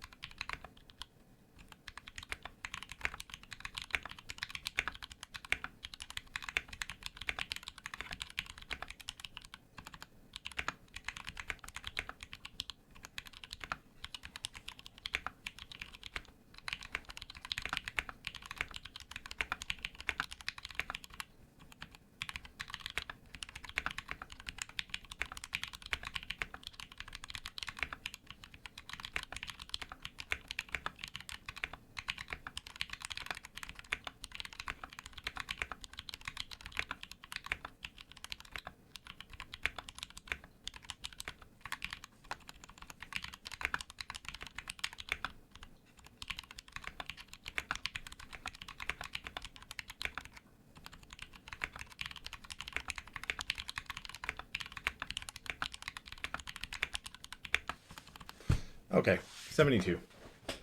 You'll guess 72. Good. Okay, so get a little typing going. So it sounds good, I think. Could it sound better? Hard to tell. I'm not going to do a direct typing sounds comparison on the stream with this board.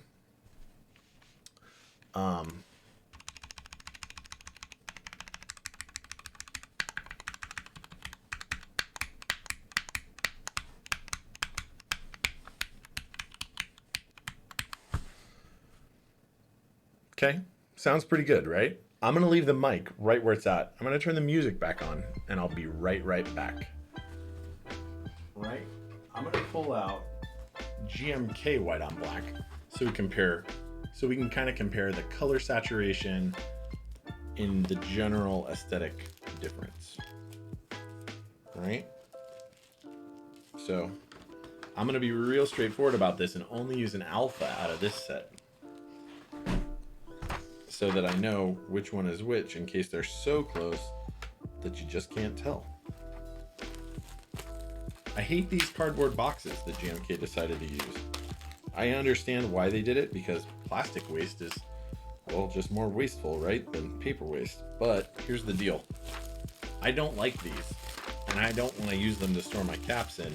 So in the end, it's gonna actually be waste, whereas my GMK plastic caps, they get saved. Okay, so what I'm gonna do is, I'm gonna find a keycap in here.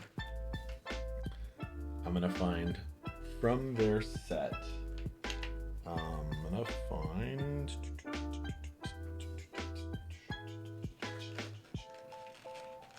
let me find a different keycap.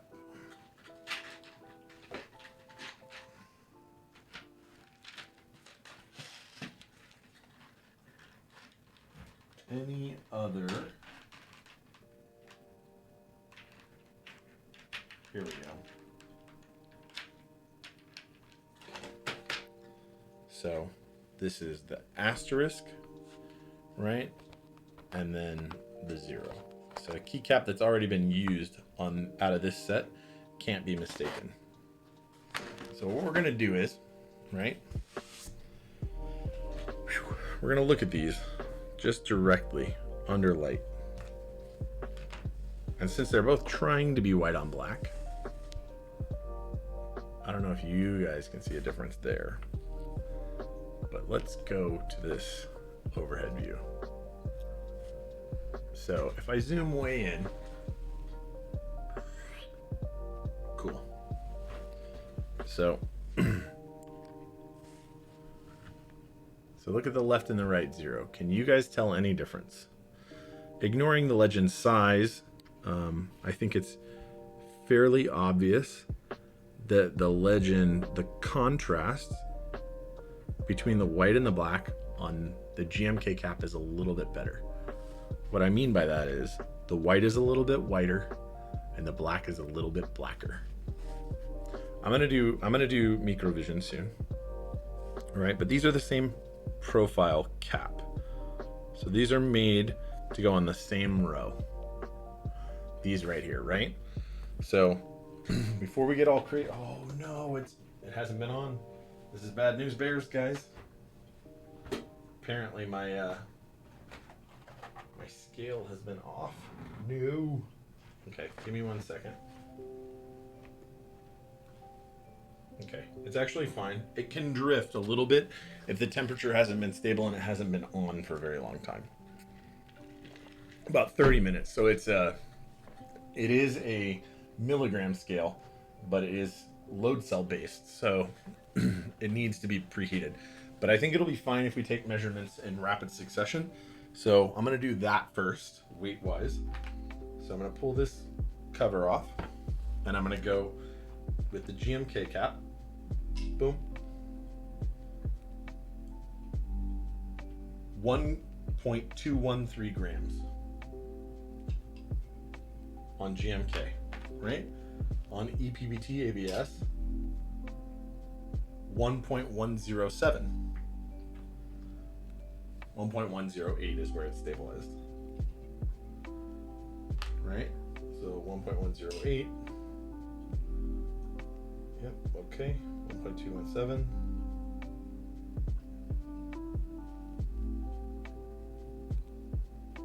Re-tear this just to be sure.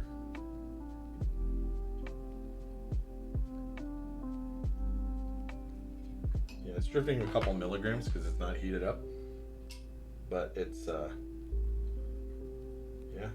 it's stable actually. Okay, so we got a little over 100 milligrams heavier, right, on the GMK cap. So we'll go under this light again, right? And we'll look, and I think you guys can tell. Trying to shade it a little bit so that all the light is coming from direct overhead. So yeah, so I think it's pretty obvious that the brights are brighter here, but let's go under microscope vision.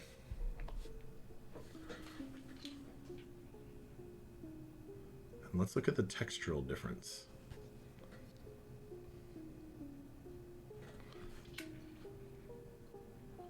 Trying to get both legends in frame, so I turned that one upside down, but it should be pretty much exactly what you'd expect. Okay, so ignore the far left and the far right of the screen because there's a little bit of distortion on this side of this keycap. As a result of that, if we move over, it becomes less distorted. So only look at the two legends themselves.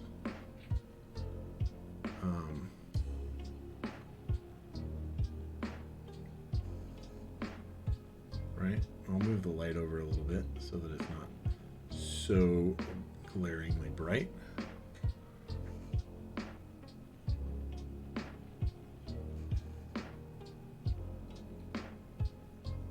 There you go. They have about even light right now. So right now I think you can tell that the white is a little bit whiter and that the black is a little bit blacker, but that's just comparing the white on black, right? Chair command. Okay, add it TSC and let me know. You almost got what? Oh yeah, it's not an Aeron Pleasant Chaos. This is a Mira, Herman Miller Mira, but it is good. So yeah, I will say that these feel a lot like DCS. They're also weighted similar to DCS.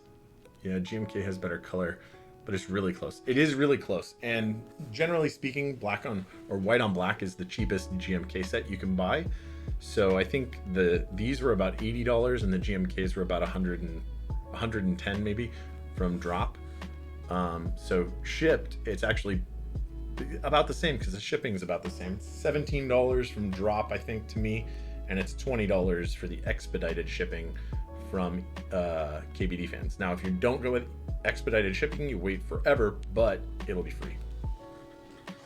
So I want to compare the feel to the DCS on this DCS Alps board because this feels rougher.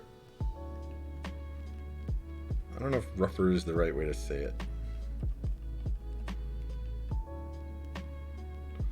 Yeah, it's a little bit grittier than, yeah, it actually feels considerably, not considerably, but a little smoother on GMK caps. Right, so this is a brand new GMK cap.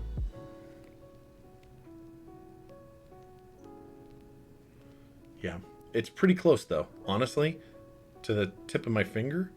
Pretty close. I shouldn't use my index finger because you use your index finger for all the things all the time, but your ring finger doesn't get a lot of engagement, so let me feel it there.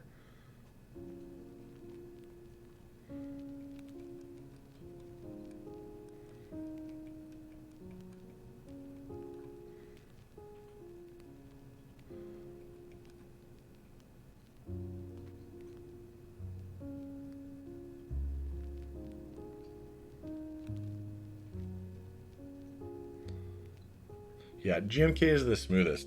DCS is the roughest, and the EPBT ABS is very, very in between. So yeah, so there's my comparison, guys. I mean, I think it's actually pretty straightforward. So this is the GMK cap. This is customer's ABS cap. Make sure this goes over with his stuff, and this makes it its way back in. Now, there's one thing we haven't checked out yet, and that's sound. And we are actually going to do a little bit of a sound profile test. Now, this isn't the fairest test because this is a tray mount board and it doesn't have the same amount of support in every location. We're not going to do it with my white on black set simply because I don't want to get anything mixed up. So we're gonna pull out GMK 8008, and we're gonna do it with that because I already have that box out. So let me grab 9. Right? So I'm gonna put 9 here, and 0 can just stay where it's at. I'm gonna pull up switch hitter. Great.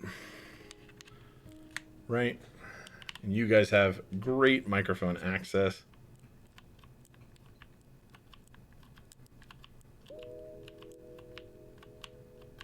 It's similar enough in feel. Sorry, I haven't been keeping up with chat probably well enough.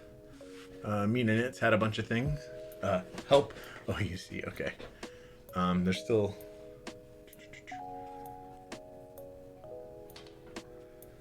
Your ring finger is the only way to get engaged. Nice, man. I love that. That's great. Okay. Sorry, that might have been a little loud. Okay, we'll turn off the music. Now check this out, right? Okay, I'll read your guys' comments in a sec, but I wanna hear this.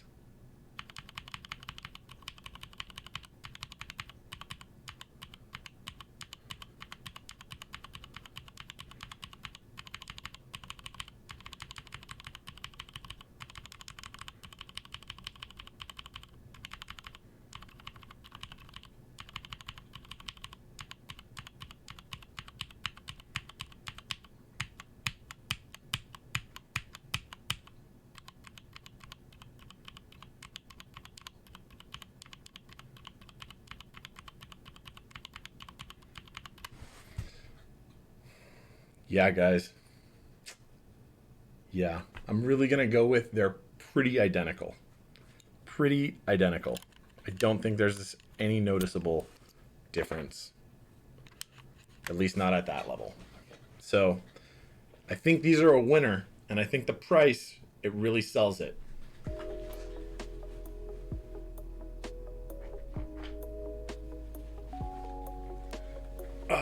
What do I think of the Zealio switches? I think Zealios are fantastic. But Zealios are one of my favorite switches, like of all time. Sorry, it's gonna get a little bouncy. I'm gonna go to the over the shoulder while I do this.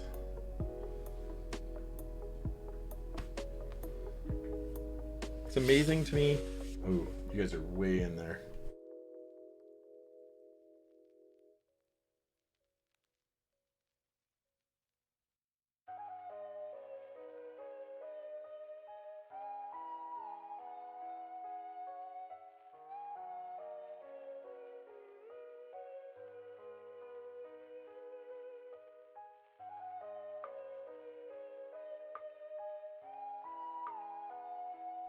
All right, perfect.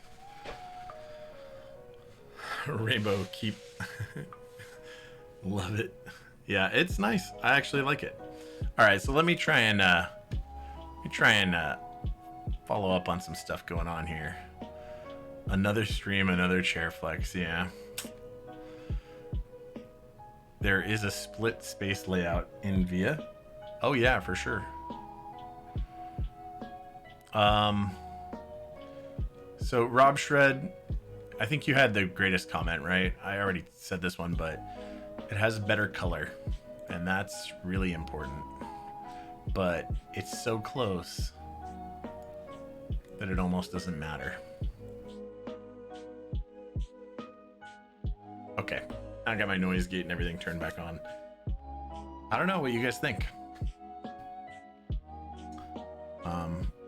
I actually think, honestly, that it's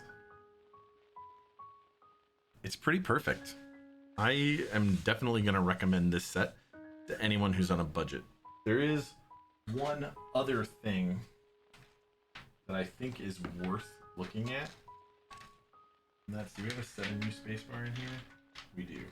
Good. And that's the flex of this. So I'm gonna do a little twisty test. Belousov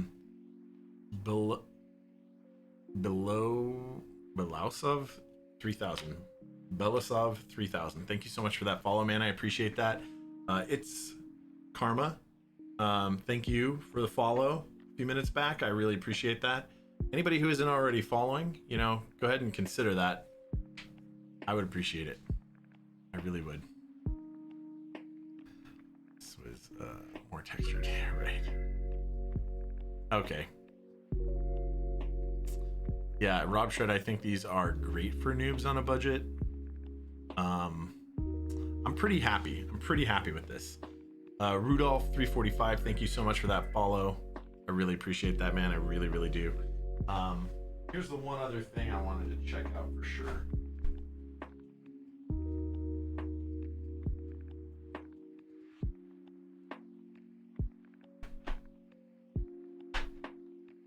So these are single color, right? So this is a 7U spacebar for both. Now you can see there are noticeable differences here. There's no rigidity ribbing here.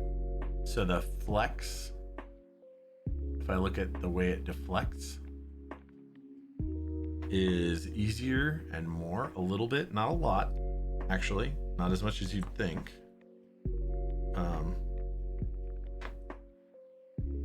No, it's noticeable. So there's more deflection, especially on this big 7U spacebar than on the GMK cap. Obviously these bigger stabilized ones are going to be heavier. But there's one other dimension that we haven't checked. Belisov 3000, I absolutely will. I will give you guys a little bit more sounds. So the other thing is, I want to know how thick they are. So we're going to do the back wall because that's the easiest one to measure. Right? So this is 1.6, we'll call it. It says 1.58, but they have a little blade too, so I think it's 1.6, 1.58, whatever. And then that easily fits over there and goes down to, that's the front wall. We're not going to do that one. So here's the back wall, and it's 1.36, 1.4, somewhere in that realm. Yeah, 1.36 to 1.58. So they are noticeably thicker on GMK. That all being said, the 1U caps weigh, what is that? So what did we have? We had 1.108 over 1.12. What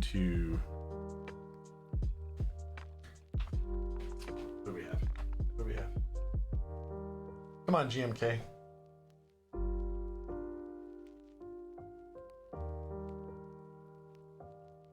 Don't worry, boys, I got you.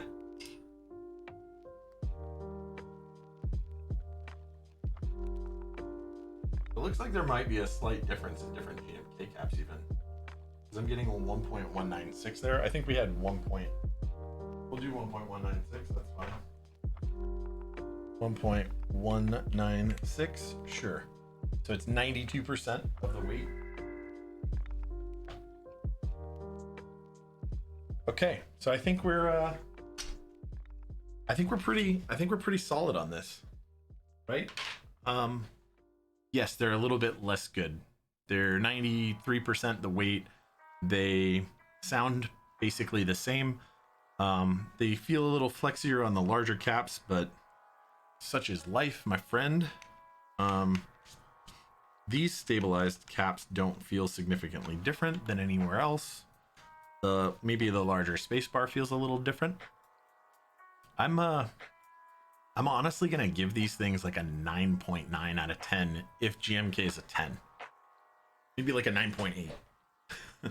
We're in the high nines, right? They're really close. I would say that the overall feel and quality is there. Now, the one thing I haven't compared is the clarity of the legends. And then the legends themselves. And I'm honestly not the guy to do that in-depth review. There are people that are way more scrutinous of things. I'll give you some examples. So if I look at the control here, the font there And the font that's on the alt, the L on the alt is clearly thicker than the L on the control. So that they can improve their legends, certainly. The thickness of the... Nah. The clarity of the edges is actually pretty good. When compared to GMK.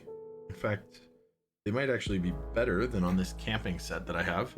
A little bit more defined edges. Like that caps right there, clearly better than this caps right here. Now this is thicker, but the edge definition is less good. The font I think is slightly more appealing on that caps and that shift than on that shift and that caps. But generally speaking, okay, so maybe we give them a 9.5. I don't know. But GMK sets aren't all perfect, right? So I guess time is gonna tell us if there's more. There's more to be said here. But I think at least this set, it works. It works. There are some legends that I maybe don't like as much, like how stretched that is. I think they can do some modifications to clean that stuff up, and I think that they should talk to other people in the community who are, yes, way more scrutinous than I am of those types of details. But I don't see noticeable like differences on the centering vertically of the things in Escape like I do on the Escape that came with GMK Waves. Generally speaking, I would say that they hit the nail right on the head. I don't like that the font sizing appears to be different between this backspace and this shift. That the shift is not centered. I don't know. It feels a little bit different in some respects, but I don't know. I like it. For me, they're an instant buy. The difference between, like, if I compare this to tie-how caps, clearly these are better. Now they're double the cost, but they're more than double the quality. I like PBT though, so I don't really dislike those. I like these ABS ones though too. Yeah, they are justified differently. So I think there are things they can improve, obviously. But for me, a black on white or a white on black set, I would easily buy this to put on a board, like at my work or something, to just have good caps. What up, Jax? Yeah, we've been at this for a while. We're actually about to end, but I wanted to make sure you guys kind of got a good comparison of them. The only one that isn't the Windows and yeah, like I said, there are definitely things they could fix, and people who have a better eye for that kind of thing than me will notice them and will call them out. It's just not going to be me.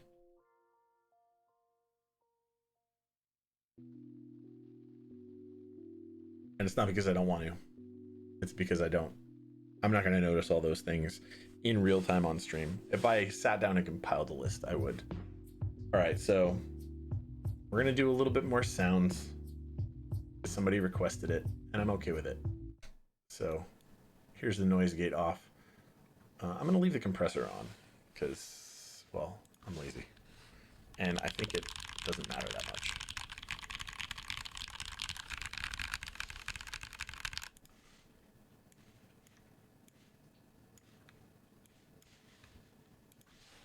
Okay, compressor off.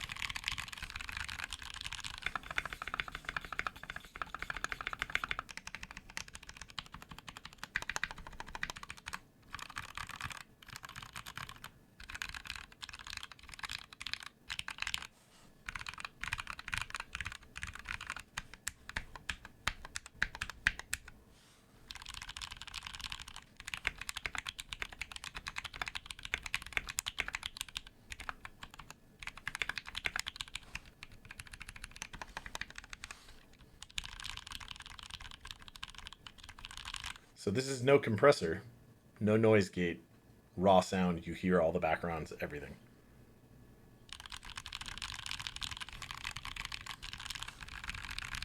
Obviously there is gain changed, but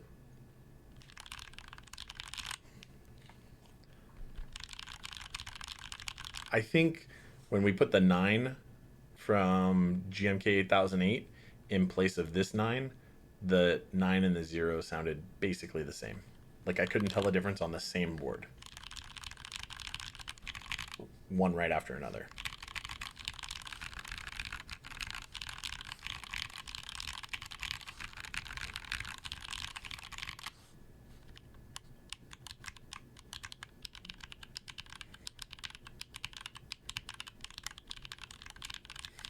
Pleasant Chaos, right though? Rukia is so good, man. Rukia is the best sounding board I've got. Like, it just sounds perfect. Thanks for jumping in though, Jax. I appreciate that. Hopefully I didn't miss anything you guys were asking for. Jake Reps, it's in the build. It's in the build details, but this is EPBT white on black.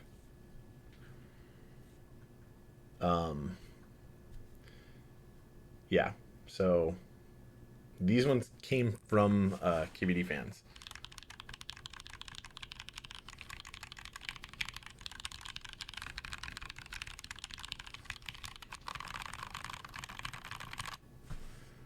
Yeah, so I'm liking it. I'm liking it. I would be proud to own that set. In fact, now that I know they exist, I may have to pick them up. You do have one more. Yeah, go ahead. Where to find replacement standoff screws for Tofu case? I don't actually know for sure, but I think they might be the same thread pitch and diameter um, as what's used for stabilizer for screw and stabs. They looked about the same. They both, I don't know what size exactly it was, but they looked the same. It might be worth trying one. Try to thread it in. If you feel any weird resistance, don't force it. Back it back out. Just to test, right? Because it's a brass insert and it's a zinc plated or whatever screw. So you don't want to damage the insert, right? Because it's a softer material. So, just you put it in there, and if you feel any resistance, once it goes in like 3 or 4 turns, you know that it's the correct thread pitch. It won't be wrong past that. But they do seem the same. So you might have extras of those.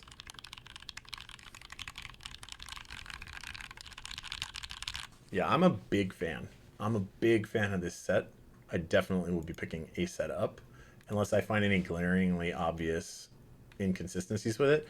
But I won't have this set for very long. I'll just have this for probably one whole day beyond now. Maybe a day and a half at most before I pack this thing up to ship it off to the customer. And that's pretty much how I do with my board builds. I didn't used to do that, and I didn't run into any problems or anything.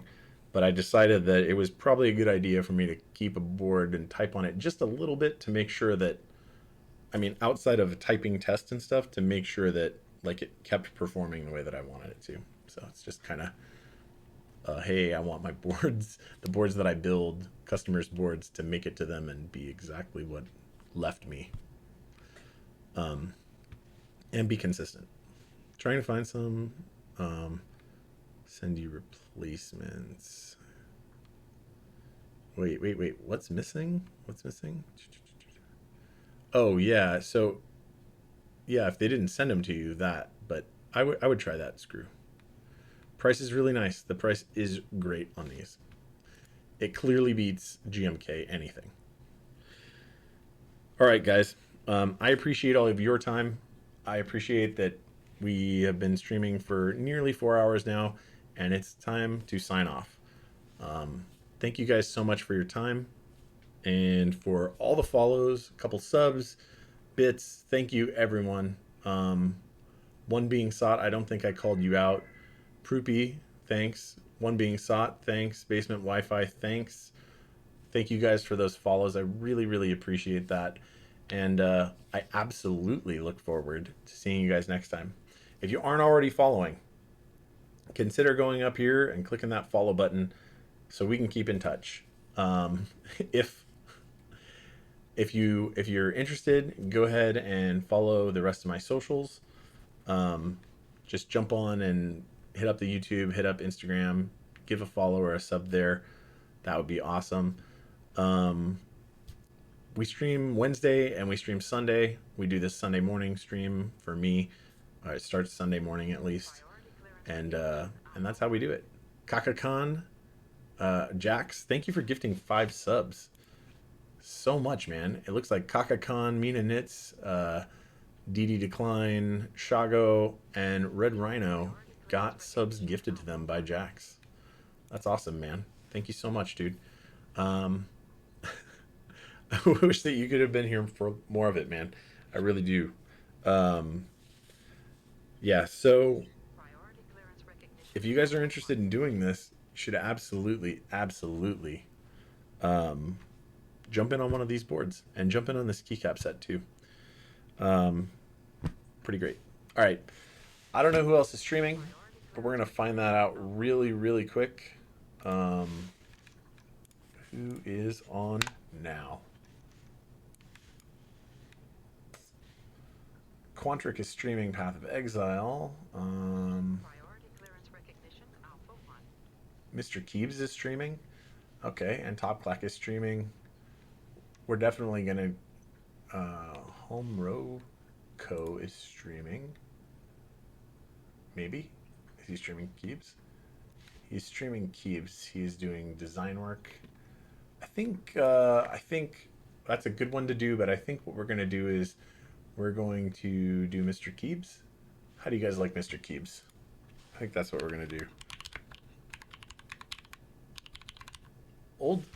So he is, but he's streaming games, I think, right? Old Kirk, am I right? Yes, and I like Old Kirk, and I have rated him before, but I think he is not doing. He is not doing.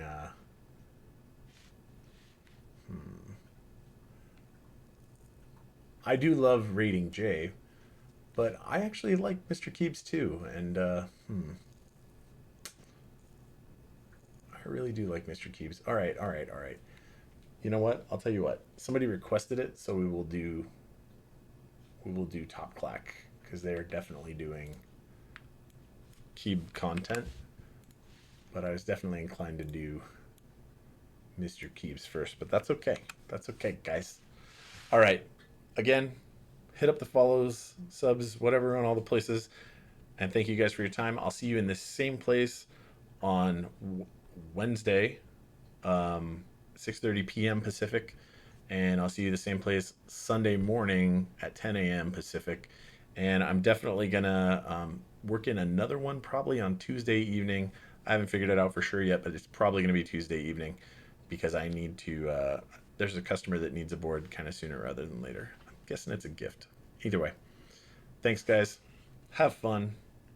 See you next time.